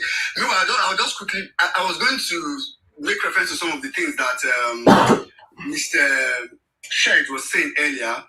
And I'll just, if it was here, maybe I would have explained in detail. But for people that may have listened to him and thought, I think Saddam tried trashing some of the points. Not trashing like in trash, but just addressing some of the points. So first of all, one thing I want to say is that, firstly, general election is different. I think people should get this. And another thing people should know is that Nigeria is beyond Lagos and Abuja. Lagos and Abuja is just two states in Nigeria. There is a state in Nigeria called Zamfara. There's a state called Jigawa. There's a state called Gombe. There's a state called Osun State. There's a state so there are states in Nigeria. There's a state called Bayelsa, right? Just going around. There's a state called Imo. So people tend to just look at, so general election is pretty much is different, right? And he was talking a lot about vote buying. I wanted to quickly just say that vote buying is the new mechanism that APC used to muddy up the water, right? So APC can buy 20,000 votes and reach 300,000 votes for themselves. So it's a new mechanism. So I don't want us to be distracted by a lot of these things. For me, like Saddam was saying earlier, and Saddam when you speak sometimes, I just say, so that if I talk to that, because I'm just Saddam doing these spaces where they talk recently. Where we say that things where they, like, it's almost like your thought process. I don't know. Because sometimes it's even up to the point of use of words. So, like Saddam was saying earlier, I was telling a couple of people I was in a space yesterday where I spoke for so long, and what I said was, in 2027, right? I don't even call an election again. I call it rig and buy, right? So rig and buy 2027. We rig and buy 2027. It is very possible to remove Bola Ahmed Tinubu. It is very possible. I mean, the possibility is there. I'm not saying it emotionally. I'm saying it logically. The possibility is there. Is it simple? I will say no. Is it hard? I will also say no. So the only point is that it is demanding. And this is why I told you yesterday. Yeah, it is demanding. And what does it demand? The first point it demands is proper planning. And when I say proper planning entails mobilization and narrative. So what Saddam was saying just now was narrative. Like it entails mobilization and narrative, channeling the right narrative. If Nigeria knows what they're expected to do, that's the first part. The second part is execution. What does execution entail? Execution is pretty much, for me, something as simple as what PUTCCM is talking about here now. Executing polling unit to collation centers. Because it's not just one collation center we're talking about. We're talking about what? To local government, to states. And then match that with real-time monitoring of the election. Now, the truth is that this whole thing are pretty much in place. Right? Today, in today's live, I think somewhere in the live, Smart Ballot is here because I actually reached out to the Smart Ballot guys to say and maybe in subsequent live, Saddam, before I talk about this, maybe also bring this Smart Ballot like this. I actually reached out to Smart Ballot to say they should be here to listen to PUTCCM, to see how PUTCCM can, because some of the plan that PUTCCM is talking about now, I've already it's something I think, the movement can leverage Smart Ballot on. Saddam, you were just talking about. I think they have to come. They have to get to a point where everybody have to just come together and synchronize. Yes. Yes. So I was just going to tell everybody on the live so that I don't, speak for so long, to say, let's, get on all these platforms that we are talking about. Get on the movement of PUTCCM. If you have access to Smart Ballot, get on Smart Ballot. And this is why Smart Ballot will be very important for this movement. Unlike the way Smart Ballot is structured, it's so secure. So, Saddam, we're talking about the possibility of having modes, right? So, first of all, Smart Ballot is so mode-proof that it's so difficult for a mode to be there. 2, on Smart Ballot, if you take a screenshot, it's going to notify the admin immediately that somebody has taken a screenshot of this chat. So, even if you are an obedient person, if a mode even find himself there, and I'm just talking about some of the security features that can help some of the things that we are doing. And when we talk about election monitoring, trust me, to be honest, I'm just waiting for, some of us have been hoping that PVC registration should end. Let's start getting to campaign so that we can start unveiling some of these things that people are working on. I'm not working on anyone personally, but I've seen literally all of them. I've spoken to people that are working on literally all of them, and I can tell you guys for free that why PUTCCM is at the polling unit going to collation center, before they get to the collation center, they already know the result of the vote, not just their polling unit. So before people they already know, before they get to local, in fact, by the time they are getting to local government, we already know the result of the local government probably 5 hours ago. We are not like way ahead. And I'm not talking about things that people are hoping to build or people are planning to build. I'm talking about things that have been built. In fact, one of the systems, I was talking to the guy today, and he was talking about the fact that, even though in Osun election, and this is me just giving extra tips out, even though in the Osun election, there's not enough mobilization to do on-ground transmission yet, like of result, like we don't have enough agents all over the place yet. for Osho election, but still is going to do some form of transmission from whatever INEC, whatever the result the INEC will put on IREC.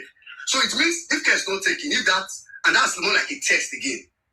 On Osho election day, before 9 p.m. of the day of the election, some of us have known the result from whatever is on IREF, not from retransmission anyways, we would have known the result before they call the result the next day or the next 2 days that they will call it.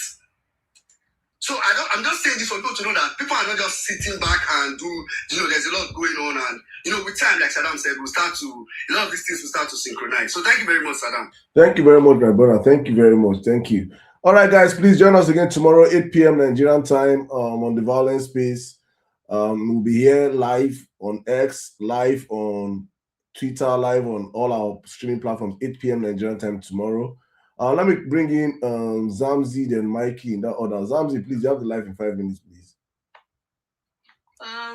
And please, I hope you're following the conversation. So I want every conversation to be circled around what we're talking about. I was here before Zamzi's about. No problem. Let her go on, John. Yeah, I know you were here, but I won't be long. I'm giving priority to a lady.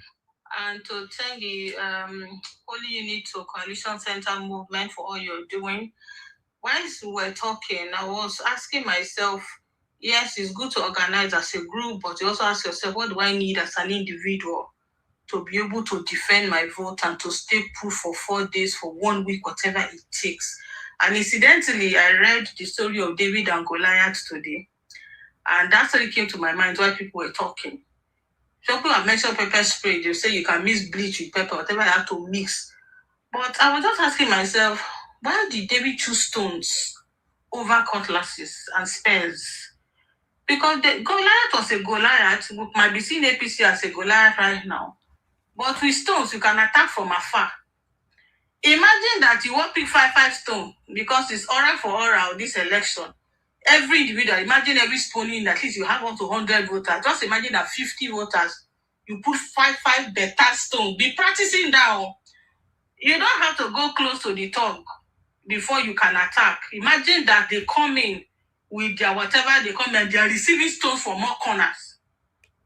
That's one very simple thing that you can do. Everybody has a role. And in that story, you would also see that David was not in the battlefield, but he was carrying food. Do roster. Who will bring food at different times so that there's that occupying and staying power. Remember, the soldiers were there. Those David's brothers were in the field. They didn't move. So there's the power of staying. You can even see the example in the Bible. You can see the example of protests among India. They have been protesting over a month because of exam issues. Over a month. We have to be ready to put in that kind of fight because it's not it has to be business. And don't think another person will do it for you. Don't think another person will do it for you. You've got to also contribute your part. If you not get anything, my brother, carry 5 smooth stones. Be practicing now. I grew up in the village and I remember how I used to use stone to cut mango, like pluck mangoes. Those days in our secondary school, I had quite a lot of mango trees there. Practice down. You don't have whatever you have. Carry stone, 5 stones for 5 bandits. Put it in your pocket and be ready to do whatever it takes to send those idiots back. You don't have to use them if everything is going well. But anybody that comes with a gun or whatever they think they are coming with, imagine 50 people stoning 3 people or 5 people. How many are they? Please, let's get ready. And I spoke with somebody from a donor, and the person was like, they are really afraid that the other day bandits had a meeting. There were over 300. They're not taking people from their houses, kidnapping people from their houses. Why the cities? Those days, if the city is unsafe, you don't have job. They'll say, go to the village. You will find food there. You will find a house. Your father's house is dirty to start over again. They've taken that away from us too. Think about these things and be angry and do your bit. I'll end here. Thank you very much, my sister. Thank you very much. Thank you. That stone, another very, very potent weapon. Like Zini said, on election day for the thugs, is 2 things. Either you go and meet your creator or you go and meet your doctor. These 2. It's as a rhyme. You either meet your creator or you meet your doctor. That is the only 2 ways. Before you go collect. You collect. Let me just come to Mike. M for Mikey, please come in now. Bro. Good evening, everybody. Good afternoon, good morning, depending on where you are. Today, I've just been enjoying the fire that everyone that has spoken has brought to this place. And I'm so happy that there is a lot of hope. I just realized that at least finally it is not all banter and not all cruise. People are actually putting in the work, and that is the energy that we have to carry from now till we see the Nigeria that we have all dreamed of. I think most of the people have already said a whole lot. But the question I just want to ask is, I don't think, or what I'm going to want to say is, I don't think asking for a fair election is too much of a ask. You know, it shows how bad things are in that country. If we have to be talking and we have to be spending hours or months debating and planning just for us to have a fair election. All this conversation tonight has been about having a fair election. And guess what? Some people still don't like that. You see, that's the funny part. Nobody is talking about anything other than we just want the election to be fair. And some people are still against that. They are still against a fair election because they know it.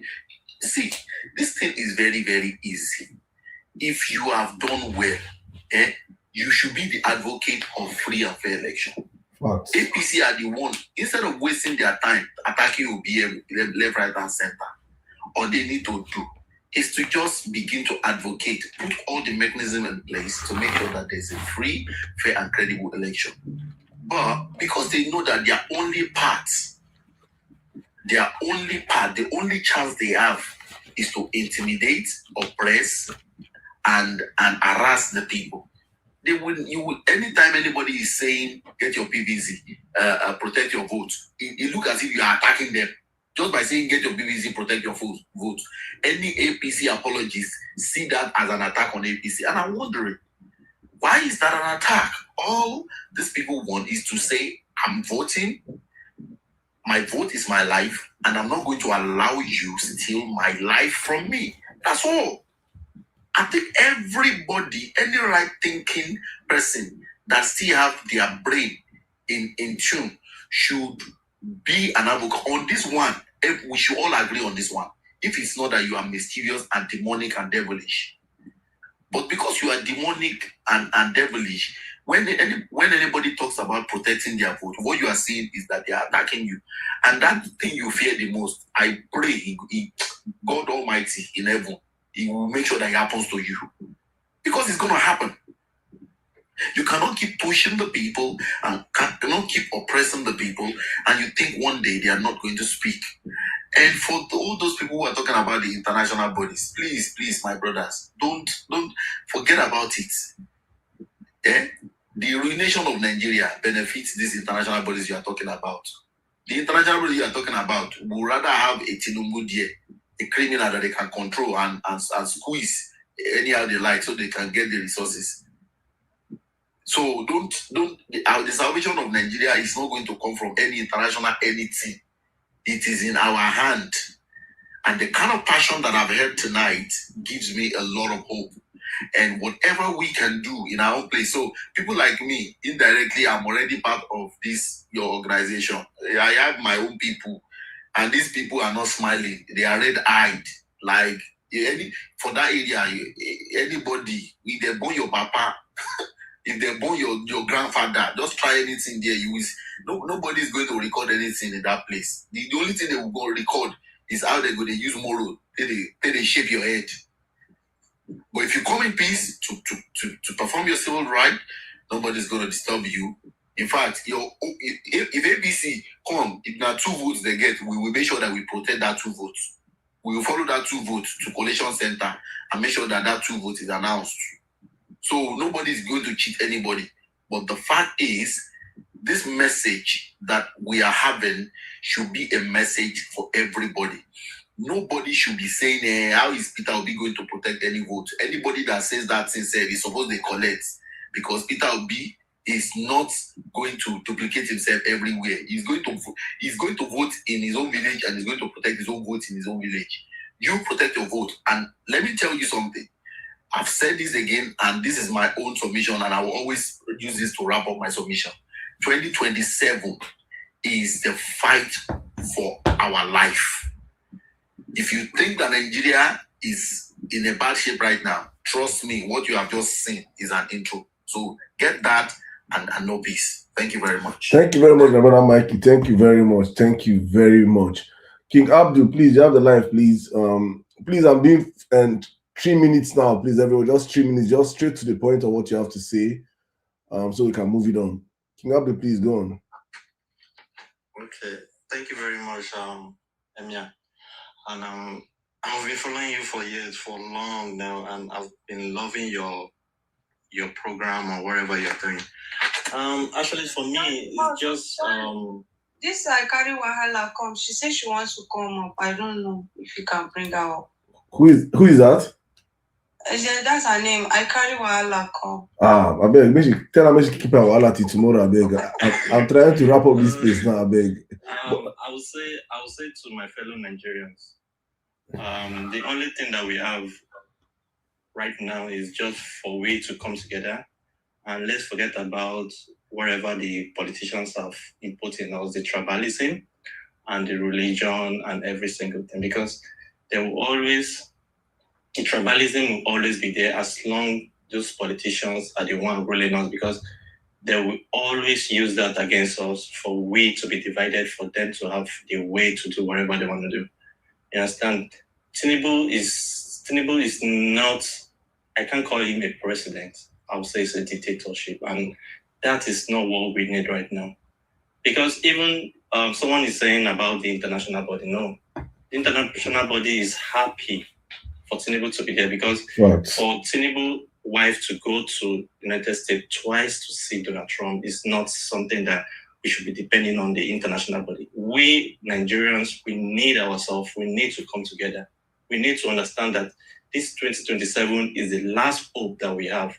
After 2027, there is no hope for Nigeria anymore. Nigeria will be gone, and will be gone for good. Because even though anybody that will come after the 2030 or 20 whatever they want to do, a person can never arrange Nigeria again, because Nigeria is gone. Because for just 3 years, you have borrowed the generation yet unborn and generation yet unborn. So where are you going to start from, even though you say you want to come? So it's high time, and it's high time for every single body to come together, and let's make everything happen in this 2027. They are talking about the tax, no work, you're not employing people, you're not giving people jobs, the business is not moving because the economic is bad, and you are talking about taxing your fellow citizen, the people that put you there, the people that you are meant to be serving, is the people serving you. That is not government. That is not what democracy is all about. Let's use the UK as an example. They changed the prime minister yesterday. They changed him very days ago. But today he brought out his cabinet. But when Tinubu was coming, he had to spend how many months to bring cabinet that is not capable to rule or to even govern the state or the country as a whole. You understand? So Nigeria, this is our last chance. If we miss this chance, 2027, there is nothing anyone will do, and the world will never respect us again. Now look at the way they're abandoning visa for everybody because of what? Because they don't see you, they don't see we the citizen as someone that is united, that has one voice. All right. That is, for me, that is just my submission. Though everybody should. Thank you. Thank you. What is it? PUTCC. Put double CM. Just put double CM. And I promise that anyhow is it, I will support you now. I'll shout my Kaduna Queen and let me know how I can support you guys. Please, the greatest. I want to say this for Nigerians, right? Please, the greatest support you can give these guys is to be one of them. That's the first support. Please join. So that I don't want. We have to understand that going to next elections. I wish I'm in Nigeria for joining. Okay, that's good. Okay, please. Even if you're in Nigeria, please you can still join. Yeah, please. Thank you very much. Thank you very much. Thank you. All right, Ugo boss, please, you have 3 minutes, please. Okay, thank you again, Saddam, for that. I mean, I know I've been peppering your your discussion thing. Yeah, I'm not in the country, but I'm actually outside. I will plan, and I'm still going to plan to come to Nigeria to vote. I have registered. I have gotten my PVC, and I know exactly where I'm going to vote. But there's some things I was listening to, and I've been listening to you for a while, since 2022, on X, and now you're recently now came on TikTok. I really don't get on here to just talk about stuff, but there are some things that need not to be said in such a cavalier manner. And I'll say this, I support the movement, and hopefully you reach out to me, and I'll see exactly how I'm going to provide that kind of support for the movement going forward. However, let's speak truths to power. I understand what Zini was saying. There is no armed forces and all that stuff that will support anarchy. I'm sorry. In Nigeria. It's never going to happen. It's not going to happen. Nothing is going to happen in that way. In fact, it will backfire back. But there are different ways for us to actually go about that and actually get the results that we want to get. And I'll use examples to prove my point. In a city that is close to me, in New York City here, there was a mayor here that against all odds is not supposed to win. All right? In a metropolis that has a melting pot of every single type of color, religion, creed, all of that stuff, right? In that particular melting pot, he was not supposed to win. What he just said and what he did was to pick out the thing that was affecting the people at that time. What is affecting your money? What is affecting your pocket? Do you like how you're living right now? Do you want to keep on doing this if you keep on voting for the same person? Do you want to keep this trajectory of miserable existence? Or do you want to take a chance and meet up with somebody that can actually say, he's sick, he's saying these things, and there's a possibility that he's going to do these things? All right? That's where I come from. That's the train of thought I'm coming from. Every other thing, it sounds, oh, yeah, rah, let's get it done. Let's do this and stuff. I'm a supply chain management expert. But I'll tell you right now, what this group is basically last mile. What you're supposed to be focusing on, and there's a lot of time, is to the mindset which is in the middle of the club that is creating the bottleneck that will affect the last mile. The last mile meaning you're getting people to come to the voters' place. You're going to defend the votes. You're going to do all that stuff. That's all last mile. But Mama Okeke, Mama Sekirat, Mama Adamu, that is in the market square, is actually going to be thinking about, but I have this market, wares, I need to sell my stuff. Right? What are you going to be telling them that will change that mindset? To say, okay, this person is giving me 10,000 naira, 5,000 naira. At least I know I can feed my family for a couple of days, or one day, or something to that effect. That is what needs to be attacked. All right, Ugo, to bring that in. Ugo, please. That was just my own submission. I'm sorry. No, please, Ugo. Everything is fine. Ugo, just wait. Let me just come in, please, please. Let me help you. What you're saying is perfectly true. You are not out of point. Please, I'm not stopping because I know you're making total sense, right? But I want you to understand how in context, right? That you said this is the final step.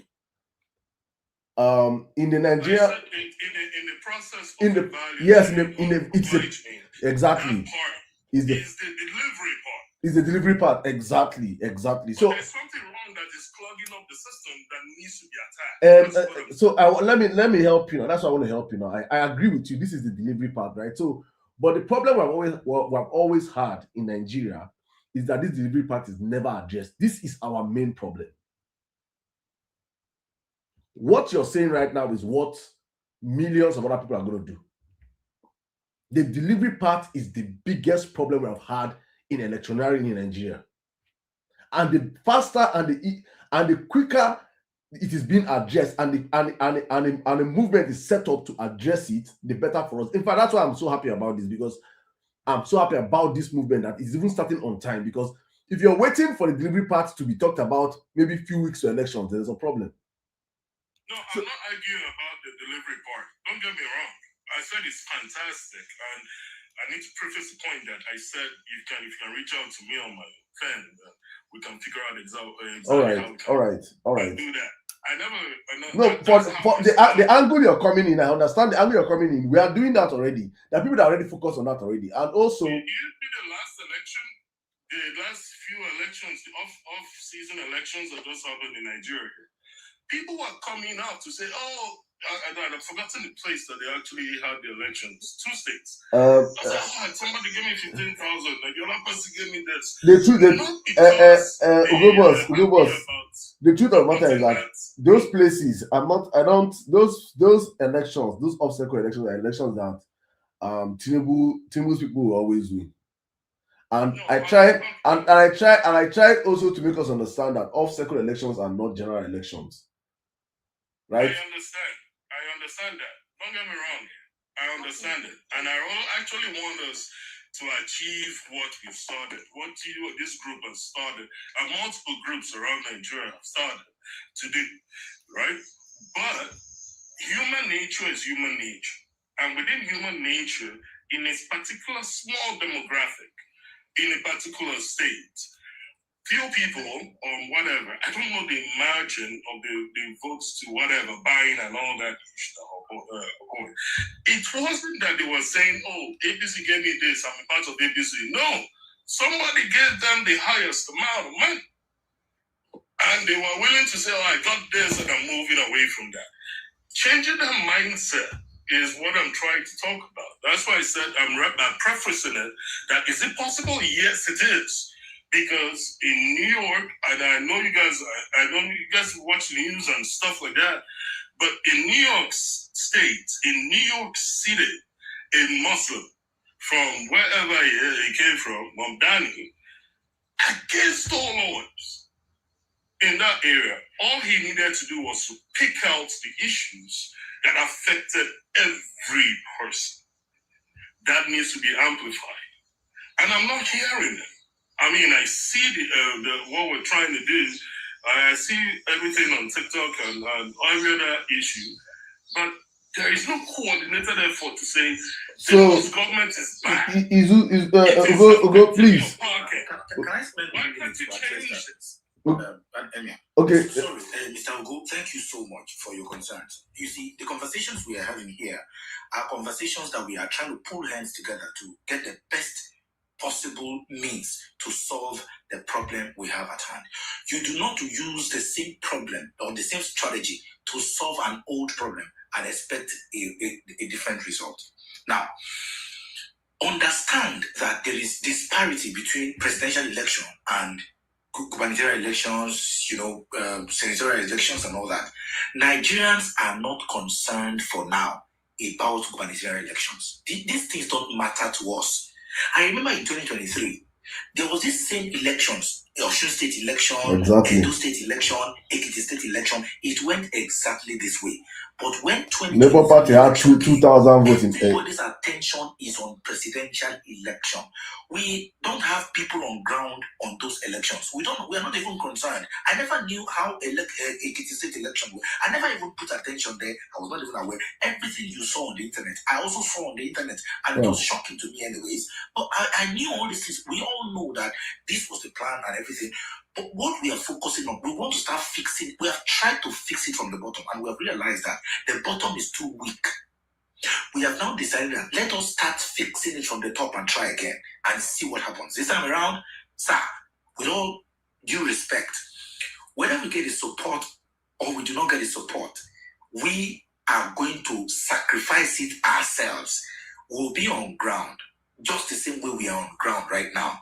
2027 election is not going to be business as usual. I don't know the country where you are, but please just make sure I'm in the you have your United gadgets States, and everything. but All right. like I Make sure said, you have your gadgets and everything. I am ready. coming for the election. God bless you, sir. Please, when you come, get your PPCs and everything. Protect your vote. That's the reason why I prefaced it first in my introduction. I basically stated all that. I will come and I will definitely do what I have to do. And I've been doing. I did it in the last 2023, although silently. But in this time around, maybe I might not want to put my face up there, but I do definitely. I mean, I want to support Zeni and also Ms. Kaduna and whoever is around. I'm guessing you are also part of that whole group. But I'm guessing that Emir is the one that is coordinating all that stuff, right? So no, I'm not the one coordinating. I'm just giving them a platform to speak. Because I had similar idea. I saw them doing it, so I'm not coordinating. They are the ones coordinating. Okay, because it's your platform, and that's the reason why I'm saying all this. Okay, no, they are. I don't get out. TCCN and stuff. I like what it is, but let's remove the rhetoric that please. You can't change. Military is not going to support you if you create anarchy. I'm sorry. No, there's no. Please. There's nobody. No, there was a reason why I'm saying this. Sine said something that if they see you doing this particular stuff and all that, so they might even support you. There is no way they will arrest you. You know, people might get killed for that kind of nonsense.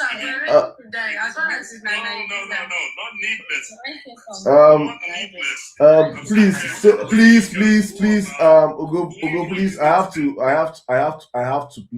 have to end this show right now. So thank you very much. Please, we can just keep the conversation. Probably tomorrow you can join us 8 p.m. Nigerian time. So we have more of this. We have more of the conversation. And Zini, you guys can also come up tomorrow on the violence space. I think it should be more bigger than this. And just give you guys a little bit platform to really talk about it, because for me, I think the more you guys talk about it, the more Nigerians understand what we have to do going forward, right? So, I carry Wahala. Please, you have the live in 3 minutes, please. Let's have the test of your Wahala. All right, thank you very much, Kaduna Queen. Thank you, God bless you, well. Yes. There's a good conversation going on there. But I'm wondering how water and pepper and stones can lead to victory. You see the way I joined this platform, I don't know. That's how we win in our election. So guys, thank you very much for the show. Thank you to all of you that came out tonight. That's Dauda. Yeah, that's things I can't do all this. No. Please, that's please. People should know how people vet people. You don't go to kidnap you, not cigar, bring some. I'm the one that caused it. You don't I go bring this hungry man. Guys, thank you so much. From Nigeria, that's even my problem with it. Thank you so much, guys. Thank you so much. JC said about man. Thank you, guys. Thank you so much, and Zini and Co. Every one of you that came out tonight, guys. I think today's was very, very, very, very insightful, very, very educative for me. Very, very I learned a whole lot tonight. Please, you guys can. You see what you guys can please join us tomorrow at 8 p.m. You see what I say here when I tell people that you will see them, they'll be on the comment section. One person will type. The other can have 5 TikTok accounts. Be using the 5 phones and be typing different things. APC don't have number. Their numbers are not exactly. Their numbers are not real. Their numbers are not real. They don't have any organic. There's no real people. Real people don't follow APC. It is bot accounts. One person can control 10 accounts, and they'll come up with something that you feel like they are plenty. They're not plenty, please. Let's put that in our brains going forward. And you see them in a room, open TikTok room. You see like 10, 50 people there. 50 people and 5 people with 10 with or 10 people with 5 accounts. Thank you so much, guys. Thank you so much, guys. I'll see you guys, please. I'll see you guys tomorrow by 8 p.m. Nigerian time. All of you on Facebook, thank you for joining us. I see you guys on X, on YouTube. Thank you so much, guys. It's been wonderful. Everybody that joined the conversation with your submissions, thank you for the likes, for the gifts and everything. We'll be back tomorrow, as I always say on this platform. We do this for God and for country. Unfortunately, I can't call all your names because you guys are just so amazing and you guys are too numerous to mention tonight, and I really have to go right now. God bless you guys. See you guys tomorrow, 8 p.m. Nigerian time on The Violence Show. God bless you all. Good night. Thank you.